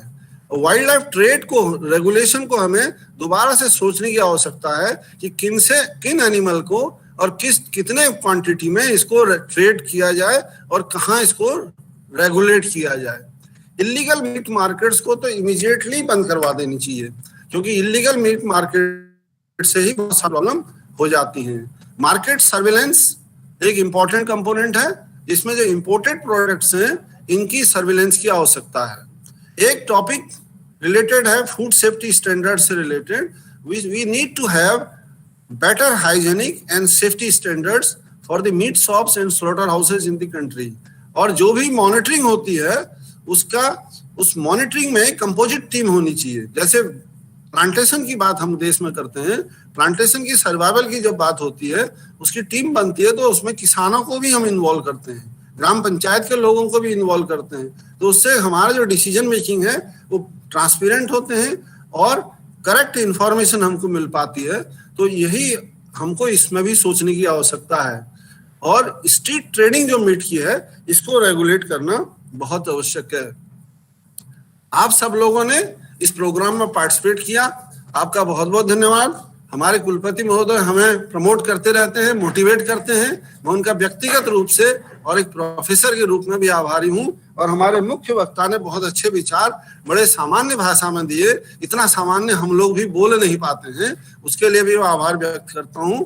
और इस पिक्चर के द्वारा मैं आपको ये निवेदन करना चाहता हूं कि ये एनिमल बेचारे सुप्रीम कोर्ट में नहीं जा सकते, ये एनिमल हाई कोर्ट में नहीं जा सकते। इन एनिमल के लिए हमको बढ़ना है, हमको आगे बढ़ना है। तो ये है क्लाउडेड लेपर्ड, जो इंडिया में केवल अरुणाचल में पाया जाता है। ये हमसे निवेदन कर रहा है कि मेरे बारे में सोचिए, तो मेरी हैबिटेट रहेगी तो मैं रहूंगा और आप लोगों को भी मेरा लाभ होगा। तो आप अरुणाचल जाइए और क्लाउडेड लेपर्ड जरूर देख के आइएगा। धन्यवाद। Thank you very much sir for your guidance. और सर आपने बहुत ही महत्वपूर्ण विषयों पर प्रकाश डाला, कवर किया, जैसे कि आपने ह्यूमन बिहेवियर पर हाईलाइट किया। सबसे अच्छी बात है कि कुछ साइंस के प्रोफेसर होते हुए भी आपने कुछ इनेक्टमेंट के बारे में प्रकाश डाला, और आपके सुझाव बहुत महत्वपूर्ण है और निश्चित ही हम लोग के लिए अनुकरणीय होंगे। और इस कार्यक्रम की अगली कड़ी में मैं स्कूल ऑफ लॉ के dean professor SK Singh sir से निवेदन करूंगा कि सर अपने आप विचार लीग पॉइंट ऑफ व्यू से जरूर रखें, जो कि कोविड-19 केस से संबंधित हो। सो जो प्रोफेसर सिंह सर, आप जो है इस वेबिनार के पैट्रॉन भी हैं, और मैं आपसे निवेदन करता हूं सर आप अपने विचार प्रस्तुत करें। आदरणीय प्रोफेसर एसके सिंह सर।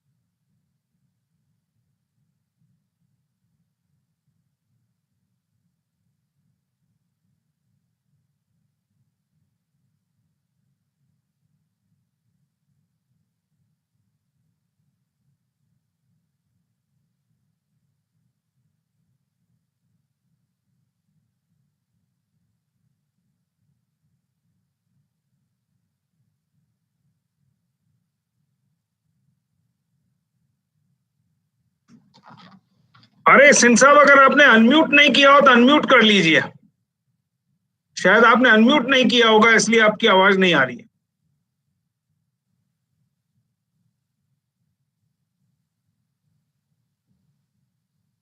या तो आपका म्यूट है इसलिए आवाज नहीं आ रही है,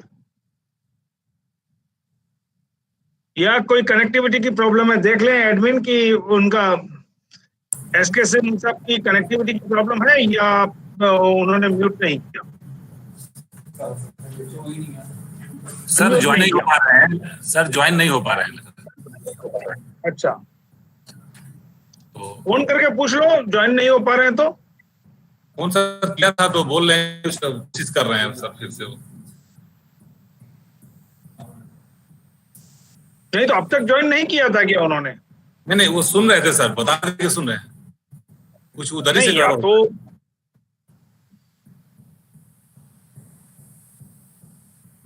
वो यूट्यूब पे से ज्वाइन किया हुआ था या इसी में गूगल मीट में थे? गूगल मीट में नहीं हो रहा है सर वो तो, लेकिन सर बोल रहे हैं कि सर आप नहीं कनेक्ट हो पा रहे हैं। नहीं, अब बीच में नहीं कर पाएंगे, या तो और फिर कैसे होगा, क्योंकि ये शायद अगर फुल हो गई होगी ना परिस्थिति।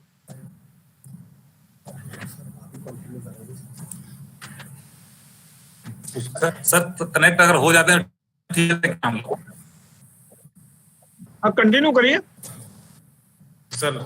मुझे लगता है कि कंटिन्यू करिए। जी सर, थैंक यू सर। अभी एसके सिंह सर से कनेक्शन नहीं हो पा रहा है, लग रहा है कुछ तकनीकी कारण है जिसकी वजह से हम लोग संपर्क नहीं स्थापित कर पा रहे हैं। तो कार्यक्रम के अगले चरण में इस वेबिनार के चीफ पैट्रॉन हमारे विश्वविद्यालय के माननीय कुलपति महोदय प्रोफेसर भगवती प्रकाश के संरक्षण और मार्गदर्शन में इस महत्वपूर्ण विषय पर वेबिनार का आयोजन और संचालन हो रहा है। इससे विनम्र निवेदन है कि सर आप अपने विचारों से हम सभी का मार्गदर्शन करने का कष्ट करें।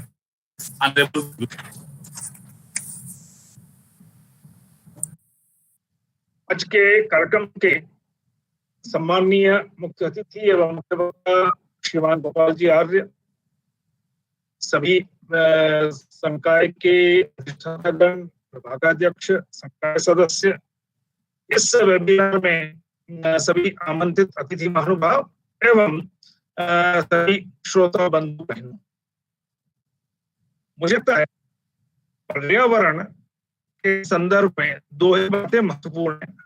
हमारे व्यक्तिगत व्यवहार ठीक से हमको प्रबंधन करना होगा और व्यक्तिगत मर्यादाएं हमको तय करनी होगी, और इसके साथ ही साथ कुछ सामूहिक मर्यादाएं, और हम ये कह सकते हैं कि न्यू कम्युनिटी नॉर्म्स की तरफ हमको बढ़ना होगा। क्योंकि पर्यावरण में जो कुछ भी क्षरण हुआ है, जैसा अभी मान्यवर गोपाल जी ने भी बताया, ये सारा केवल और केवल व्यक्ति के व्यवहार के कारण, और जो इस धरती की या सृष्टि है 0.01% जिसका है, उसके द्वारा जिस प्रकार पर्यावरण का विनाश किया, उसका स्पष्ट प्रमाण यह है कि पिछले 50-60 वर्षों में वायु की, जल की जैसी शुद्धता नहीं रही है, वैसी शुद्धता पिछले केवल 60 दिनों के इस लॉकडाउन यानी कि आर्थिक गतिविधियों पे नियंत्रण के कारण हुई है। और इसीलिए जो लोग सस्टेनेबल डेवलपमेंट की बात करते हैं, वो कहते हैं जब तक हमारा कंजम्पशन सस्टेनेबल लिमिट में नहीं होगा। और इस दृष्टि से मुझे लगता है सबसे पहला हमारा ऊर्जा का उपभोग में हम कभी भी संयम नहीं रख पाते हैं। मैं स्वयं आपको कह रहा हूं कि मेरे ऊपर जितनी लाइटें जल रही है, उससे 1/4 लाइट से मेरा काम चल सकता है। और कहीं न कहीं अगर मैं विद्युत का उपभोग करूंगा तो हमारे थर्मल पावर प्लांट्स में कोयला जलेगा। देश के थर्मल पावर प्लांट्स में 40 करोड़ टन कोयला जलाना पड़ता है और इतनी कार्बन डाइऑक्साइड वायुमंडल में जाती है। और ये इतना एक जो कार्बन डाइऑक्साइड दूसरी ग्रीन हाउस गैसेस का कंसंट्रेशन वायुमंडल में बढ़ रहा है, उसका केवल एक मैं आपको संकेत करना चाहता हूं कि हमारी धरती का औसत तापमान 14 डिग्री सेंटीग्रेड है। अगर हम पूरे धरती के अलग अलग स्थानों का टेम्परेचर नापें, 12 महीने का और एवरेज निकालें, शुक्र ग्रह का 467 डिग्री सेंटीग्रेड है। पानी 100 डिग्री सेंटीग्रेड पे उबलता है, उसका 5 गुना टेम्परेचर या 4.5 गुना टेम्परेचर शुक्र ग्रह का केवल इस वजह से है कि शुक्र ग्रह के चारों ओर 17.5% कार्बन डाइऑक्साइड है। हमारे वातावरण में यह 0.002% जो कार्बन डाइऑक्साइड का कंसंट्रेशन है। तो देख लीजिए कि केवल एक कार्बन डाइऑक्साइड का कंसंट्रेशन हमारे चारों ओर जो हमारे कृत्यों से, या तो हमारे पेट्रोल और डीजल जलाए जाने के कारण और या फिर हमें थर्मल पावर प्लांट्स में जो कोयला जलाते हैं। तो कभी कभी हमको लगता है कार में पेट्रोल चल रहा है, उसका तो पीछे धुआं निकल रहा है, लेकिन हमारे ऊपर जो बिजली चल रही है, जो एसी चल रहा है, उस सब में हम पावर कंज्यूम कर रहे हैं, उसमें 40 करोड़ टन कोयले की जो कार्बन डाइऑक्साइड प्रतिवर्ष वायुमंडल में जाती है। और दूसरा, यह जो सारा कई हम सोचते हैं हमने तो सोलर लगवा लिया है। अरे भाई, सोलर में भी सिलिकॉन इनगोट बनाने के लिए सिलिका यानी रेत को 1000 डिग्री पे गर्म करते हैं, इग्नाइट करते हैं, तो जाकर सिलिकॉन इनगोट बनता है। उसकी थिक बफरिंग में भी एनर्जी कंज्यूम होती है, फिर हम उसको फोटोवोल्टाइक सेल और फोटोवोल्टाइक पैनल बनाते हैं। तो इसलिए कहीं भी हमको यह जो अपना ऊर्जा भक्षी व्यवहार और ऊर्जा भक्षी जो उत्पादन प्रक्रियाएं हैं, उन पर हमें कहीं न कहीं अंकुश लगाना होगा। आज हम पर्यावरण की सुरक्षा के लिए हमने कहा हम अब आजकल इलेक्ट्रिक व्हीकल्स पे जाएंगे, जिससे कि फॉसिल फ्यूल में जो प्रदूषण फैलता नहीं फैलेगा। लेकिन लिथियम की बैटरी हमारी कार में लग रही है, जब उस लिथियम की बैटरी की जीवन अवधि पूरी हो जाएगी, उसके बाद में वह लिथियम सबसे बड़ा प्रदूषण का कारण बनेगा। उसकी हम रिसाइकलिंग कैसे करेंगे? तो सारे हमारे सोलर पैनल्स छतों पर लगे हुए हैं या बड़े बड़े सोलर पार्क्स में लगे हुए हैं, उनका भी जब जीवन पूरा होने के बाद उसका हम क्या करेंगे? तो कहने का मतलब यह है कि जब तक हम अपने व्यवहार में परिवर्तन नहीं लाएंगे और अपना कम से कम हर एक व्यक्ति को और परिवार को अपने घर में एक चार्ट लगाना चाहिए और उसका एनवायरनमेंट डिस्ट्रक्शन फुटप्रिंट यानी पर्यावरण को प्रभावित करने वाले उसके कौन कौन से ऐसे व्यवहार हैं और उसमें वह कितनी कमी प्रतिदिन, प्रति माह और प्रति वर्ष कर रहा है व्यक्ति। मैं थोड़ा व्यवहार पे ही आऊं। हमने अपने घर में पंखा खराब हो गया, मिक्सी खराब हो गई, अपने घर में फ्रिज खराब हो गया, हम कहेंगे 3 साल पुराना हो गया फ्रिज, इसको बदल देते हैं। औसत एक मध्यम वर्गीय परिवार अपने घर में जो टीवी, फ्रिज, वॉशिंग मशीन आदि चीजें लाता है, उसके कारण धरती की गोद 2.5 टन से सूनी हो जाती है। मान लो मैंने तो वो फ्रिज डिस्पोज ऑफ कर दिया, लेकिन उस फ्रिज को बनाने में जितना लोहा, तांबा, सीसा, जस्ता वो सारे लगे, वह भी तो एक तरह से धरती में से हमने निकाल लिया ना। तो करीब हमारे ऊर्जा उपभोग से धरती की गोद 40 करोड़ टन से हर वर्ष हम सूनी कर रहे हैं। हम जो अनावश्यक अपने घर में सामग्रियों को बदल देते हैं, कंज्यूमर ड्यूरेबल्स को, उसके कारण हम धरती की गोद को 2.5 टन से सूना कर रहे हैं। और ऐसे ही हमारे सारे जो व्यवहार हैं, तो कहीं न कहीं हमें अपने उपभोग पर नियंत्रण किए बिना यह संभव नहीं है। और मुझे लगता है कि हमारे माननीय गोपाल जी ने भी धर्म का काफी उल्लेख किया। उदाहरण के लिए आयुर्वेद के ग्रंथों में जहां कहीं भी धातुओं और रत्नों की भस्म बनाने का अध्याय प्रारंभ होता है पुराने ग्रंथों में, उसमें लिखा रहता है, जबकि उसमें बहुत सूक्ष्म मात्रा में 1 ग्राम 2 ग्राम भस्म जो है शीशे की, तांबे की, जस्ते की, उससे व्यक्ति की चिकित्सा हो जाती है। या पुखराज की या माणिक की, इनकी भस्म कुछ मिलीग्राम्स में उससे चिकित्सा हो जाती है और उतनी ही बनाई जाती है। लेकिन उसमें भी लिखा हुआ है जब तक किसी व्यक्ति के प्राण पर संकट न आए तब तक इन धातुओं और इन रत्नों को भूगर्भ से निकालकर उनकी भस्म बनानी नहीं चाहिए। ऐसा कोई करेगा जो अनावश्यक अगर इनको निकालेगा तो उसकी 7 पीढ़ी नरकगामी होगी। अर्थात हमने अपने धर्म तंत्र में इस प्रकार की मर्यादाएं संपूर्ण समुदाय के लिए निर्धारित की हैं कि पिछले लाखों करोड़ों वर्षों से इस धरती पर जो सृष्टि रही है वह बहुत सुखपूर्वक निवास करती है। कभी कभी मैं पूछता हूं अपने मित्रों से भी कि अर्थशास्त्र और प्रबंध से जुड़ा हुआ हूं, तो हमारा अपना इंफ्रास्ट्रक्चर के ऊपर हम बहुत पढ़ाते हैं, देश में इंफ्रास्ट्रक्चर कैसे बने। तो हम आधारिक रचनाएं कहते हैं अपने पावर हाउस जो इतनी मात्रा में कोयला और सारा उनका भक्षण करते हैं, हम अपने हाईवेज, हम अपने पोर्ट्स, हम शिपिंग, ट्रांसपोर्ट व्हीकल्स, इन सब की बात करते हैं। हमारा इंफ्रास्ट्रक्चर जो हमारे पर्यावरण को नष्ट करने वाला है, उदाहरण के लिए चीन के पास 11 करोड़ हेक्टेयर कृषि योग्य भूमि थी, भारत के पास 16 करोड़ हेक्टेयर कृषि योग्य भूमि है। चीन ने 1978 के बाद जो आधुनिकीकरण किया, इंफ्रास्ट्रक्चर डेवलप किए, 8 लेन रोड्स बनाई, बड़े मल्टीप्लेक्स बनाए, सारे जो एलिवेटेड रोड्स बनाई, उस सब में उसकी 2 करोड़ हेक्टेयर कृषि योग्य जमीन नष्ट हो गई और आज उसके पास केवल 9 करोड़ हेक्टेयर कृषि योग्य भूमि बची है।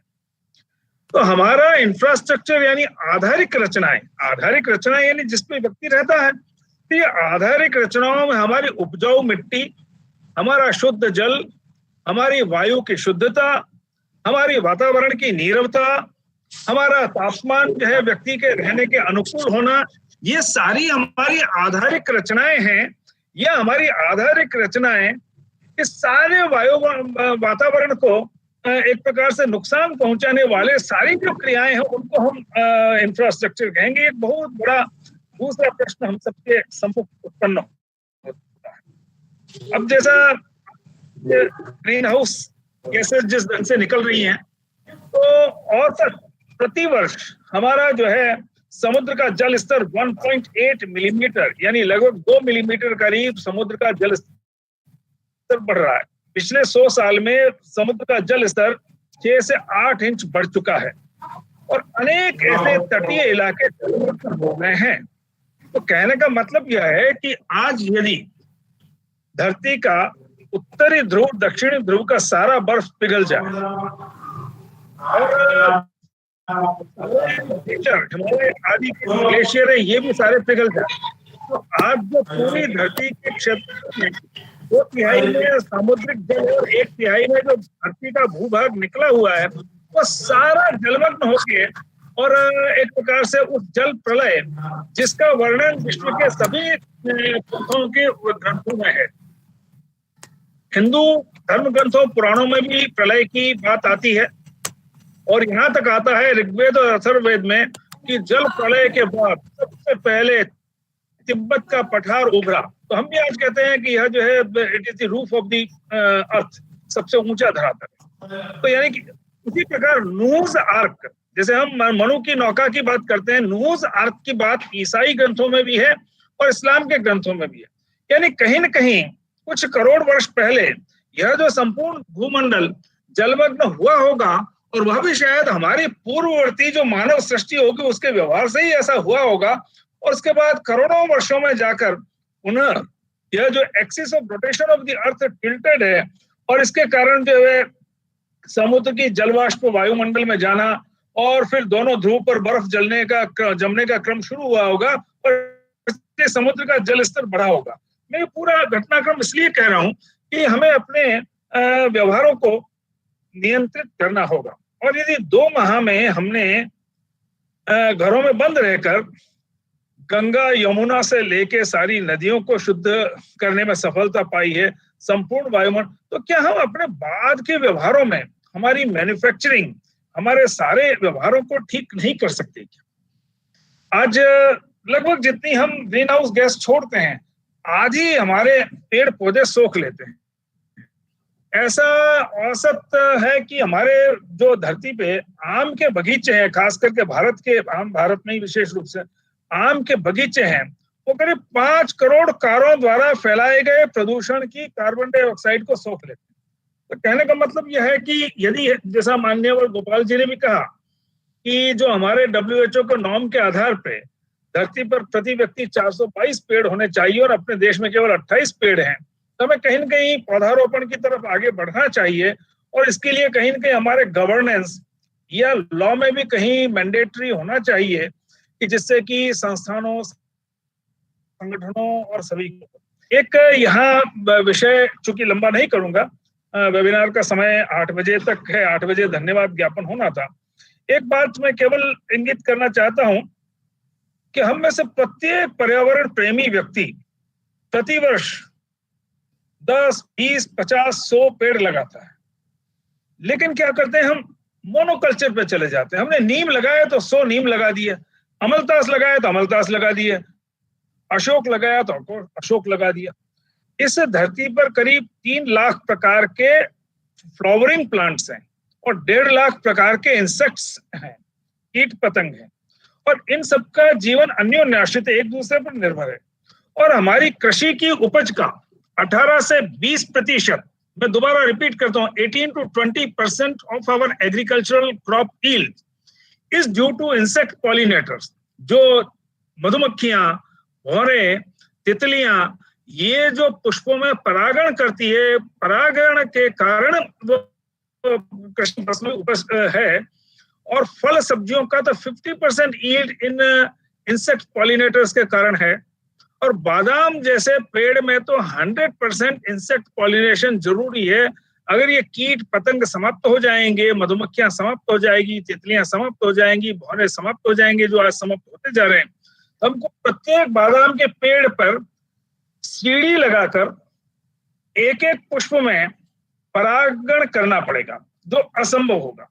और इतना सारा परागण जो हमारे कीट पतंग करते हैं, लेकिन क्या हमें पता है कि बहुत सारी मधुमक्खियां आधा किलोमीटर तक भी नहीं जा सकती अपने जीवन में। तो आधा किलोमीटर की परिधि में उस मधुमक्खी को हर मौसम में साल के 365 दिन पराग के लिए पुष्प मिल जाए, ऐसा पौधारोपण होना चाहिए। अगर नीम ही लगाया हमने अगर आधा किलोमीटर तक, तो नीम के पुष्प तो 20 दिन 25 दिन रहेंगे, उसके बाद वो मधुमक्खियां नष्ट हो जाएंगी। अमलतास ही लगाया तो अमलतास के पुष्प भी 20-25 दिन रहेंगे, उसके बाद में वो नष्ट हो जाए, वो मधुमक्खियां नष्ट हो जाएंगी। और इसलिए जो हम पौधारोपण करते हैं, हमें यह ध्यान रखने की आवश्यकता है कि प्रत्येक 5 किलोमीटर में हर मौसम में पुष्प देने वाले पेड़ लगाएं। करौंदे के पुष्प कब आते हैं, अंजीर के पुष्प कब आते हैं, नीम के पुष्प कब आते हैं, ये पूरा संतुलन। ऐसी ही स्थिति तितलियों की है। अलग अलग प्रकार की जो तितलियां हैं, वो अलग अलग प्रकार के पेड़ पौधों पर ही अपने अंडे देती है।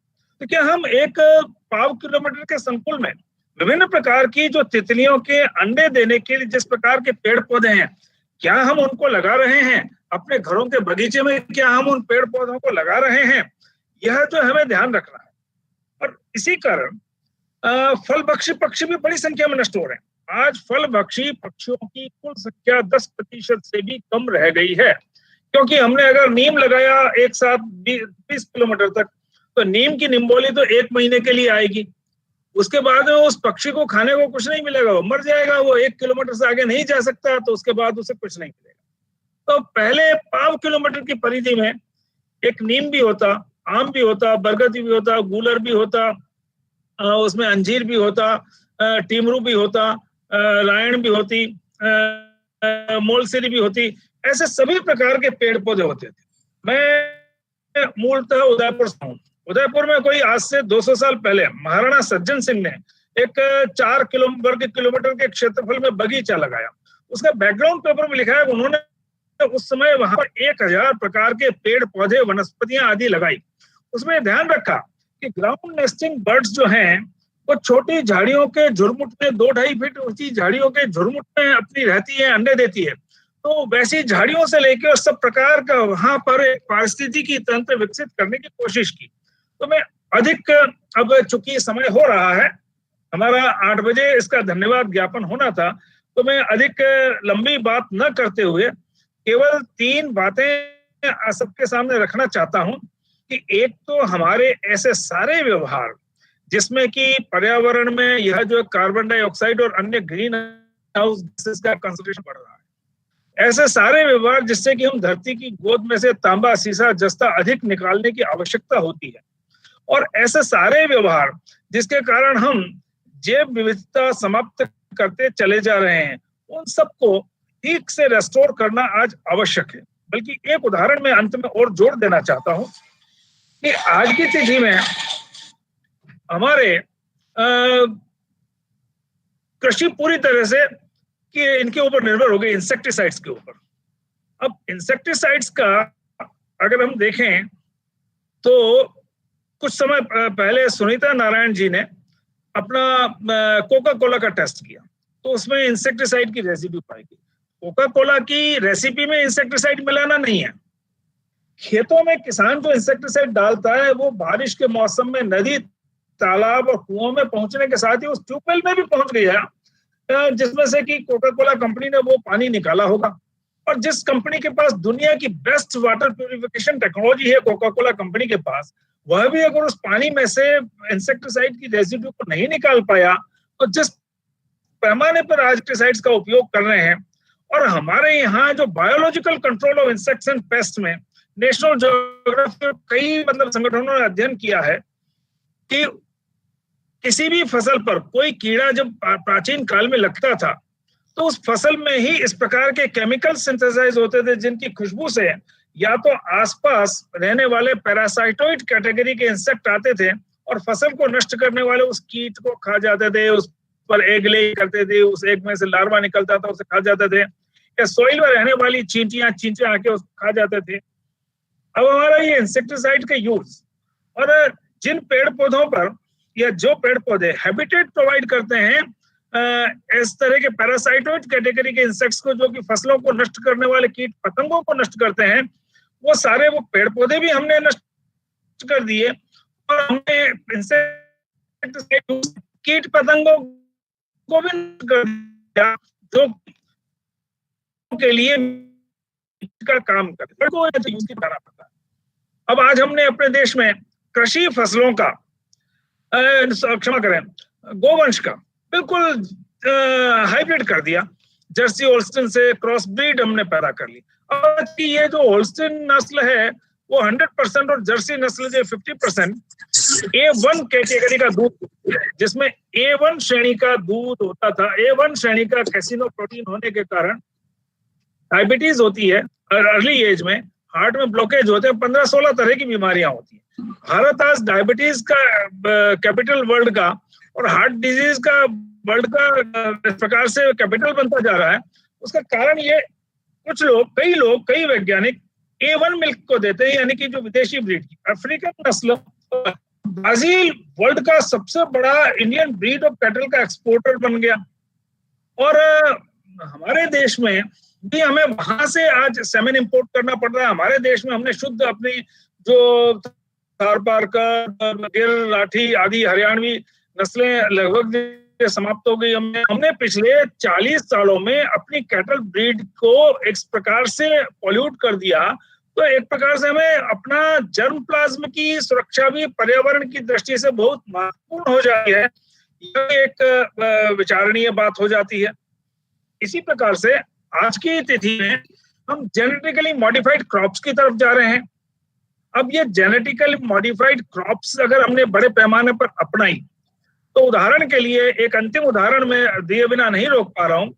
एक स्टार्लिंग कॉर्न नोवार्टिस एवेंटिस कंपनी ने डेवलप की। उसको जापान और कोरिया में एक्सपोर्ट करने से उस मक्का को खाने से, मॉडिफाइड मक्का को खाने से लोगों में एलर्जी होने लगी। उस मक्का को वापस रिकॉल करना पड़ा उस कंपनी को, एवेंटिस को। उसने रिकॉल किया, गलती से एक क्राफ्टबेल नाम की कंपनी ने उसको मक्का का ऑर्डर किया, और उसने गलती से वो मक्का सप्लाई कर दी उस कंपनी को, जो ह्यूमन कंजम्पशन की अनसेफ पाई गई थी जापान और कोरिया में एक्सपोर्ट करने के कारण। तो उसने 20 दिन बाद उस कंपनी को कहा, क्राफ्टबेल को, भाई मैंने जो आपको मक्का दी है वो जेनेटिकली मॉडिफाइड है, उसको वापस भेज दो। उन्होंने कहा हमने तो उसके टेक्सचर्स बना के मार्केट में लॉन्च कर दिए और अब नहीं कुछ हो सकता। उन्होंने कहा कि पूरे अमेरिका के मार्केट में वो सारे आपके लॉट नंबर जिसमें हमारी कॉर्न को काम लिया है वो सारे आप रिकॉल करिए, उनको नष्ट करिए, उसका पैसा हम देंगे। अब अमेरिका जैसे देश में तो फार्मिंग कंपनियां हैं, तो वो जेनेटिकली मॉडिफाइड और जेनेटिकली नॉन मॉडिफाइड क्रॉप्स को अलग रख लेते हैं, बीज को। हमारे देश में एक बार अगर हमने इस तरह से जेनेटिकली मॉडिफाइड अगर क्रॉप्स को किसान के घर तक पहुंचा दिया तो उसके बाद में हमारा सारा जर्म प्लाज्म पोल्यूट हो जाएगा, और हम किस प्रकार से ये सारा करेंगे। तो मुझे लगता है कि जो गवर्नेंस के मामले में जो हम आधुनिकता के नाम पर कई बार जेनेटिकली मॉडिफाइड, आज herbicide resistant genetically modified crops भी आने लग गई है। ये जो गाजर घास खरपतवार को नष्ट करने के लिए ग्लाइफोसिनेट जैसा हर्बिसाइड हम छिड़कते हैं, जिससे महिलाओं में गर्भस्राव से लेके अनेक प्रकार के कैंसर और बीमारियां पैदा होती है।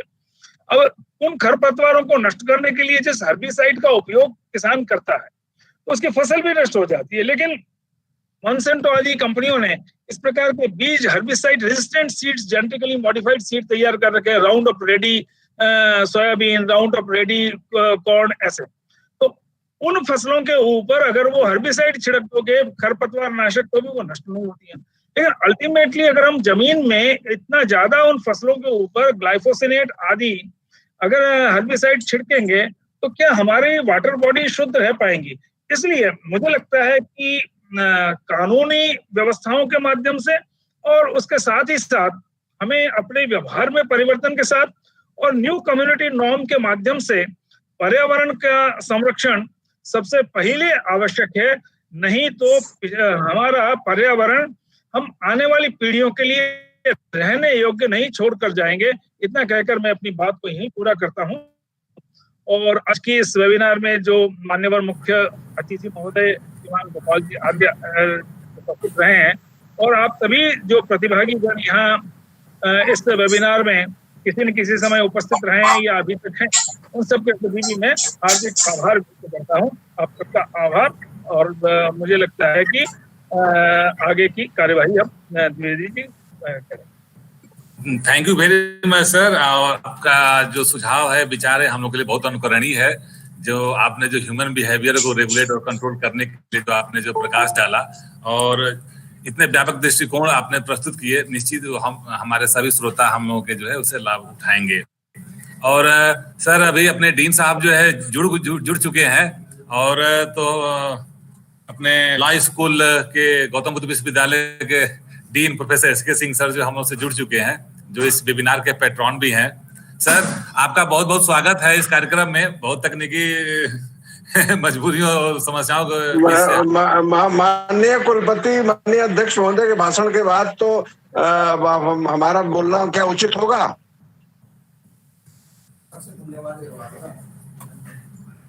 अध्यक्ष भाषण हो गया है तो क्या मैं इसमें अध्यक्ष भाषण हो गया है तो मैं बहुत ज्यादा तो नहीं कहूंगा। मैं माननीय कुलपति जी और हमारे मुख्य वक्ता मलकानिया साहब और आप सभी को बहुत बहुत बधाई। आपने बहुत अच्छा कार्यक्रम आयोजित किया, और ये कार्यक्रम centre for environmental law and management की तरफ से ऑर्गेनाइज किया गया। इसके लिए मैं सभी का बहुत बहुत आभार व्यक्त करता हूँ।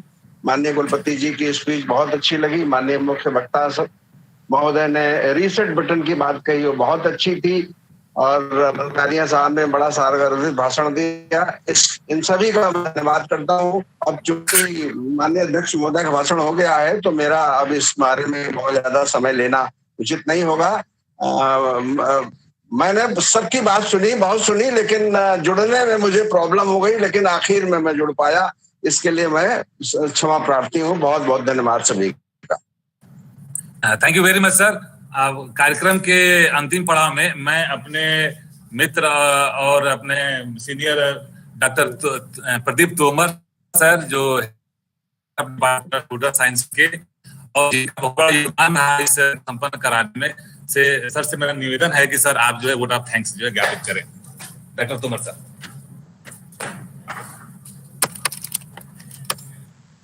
Good evening to all of you. and good evening to all the participants, because without participants, we cannot do a successful webinar. So really very thankful to all the participants who are here in the Google Meet and also on the YouTube link.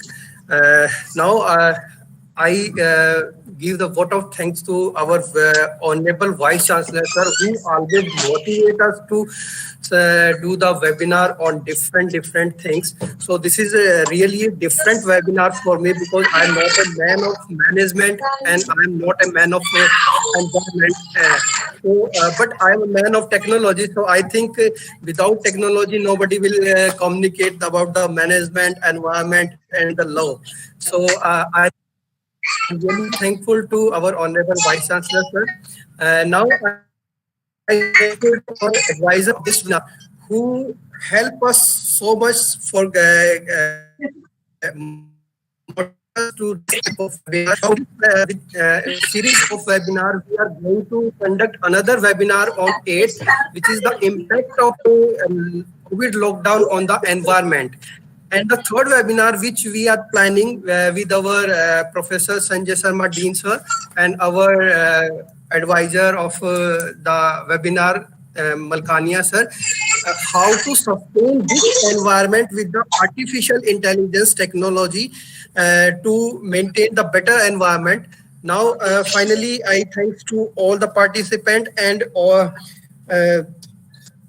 keynote speaker, who give us so much knowledge about the environment management and the biodiversity. So, Krishan Arya ji, for this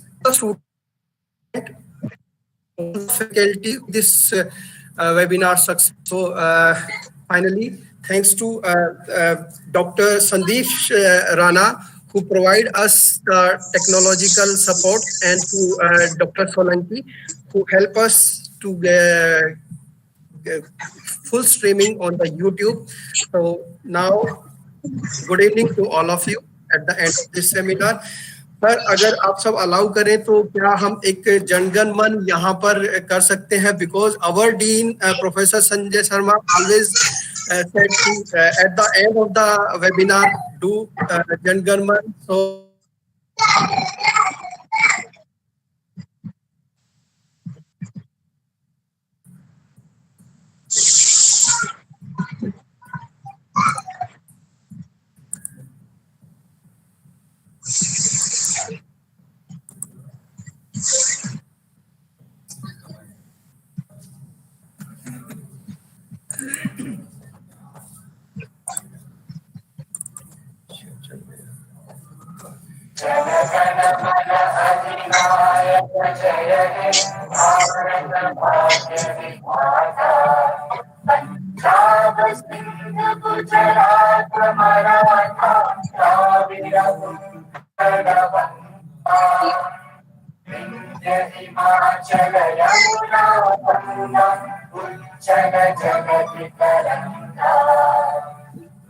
शुभ नामे जागे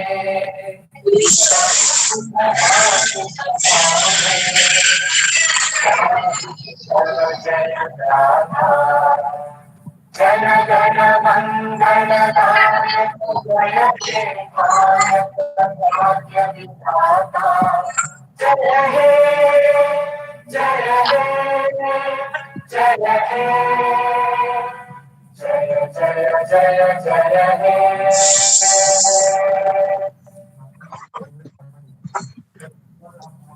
अच्छा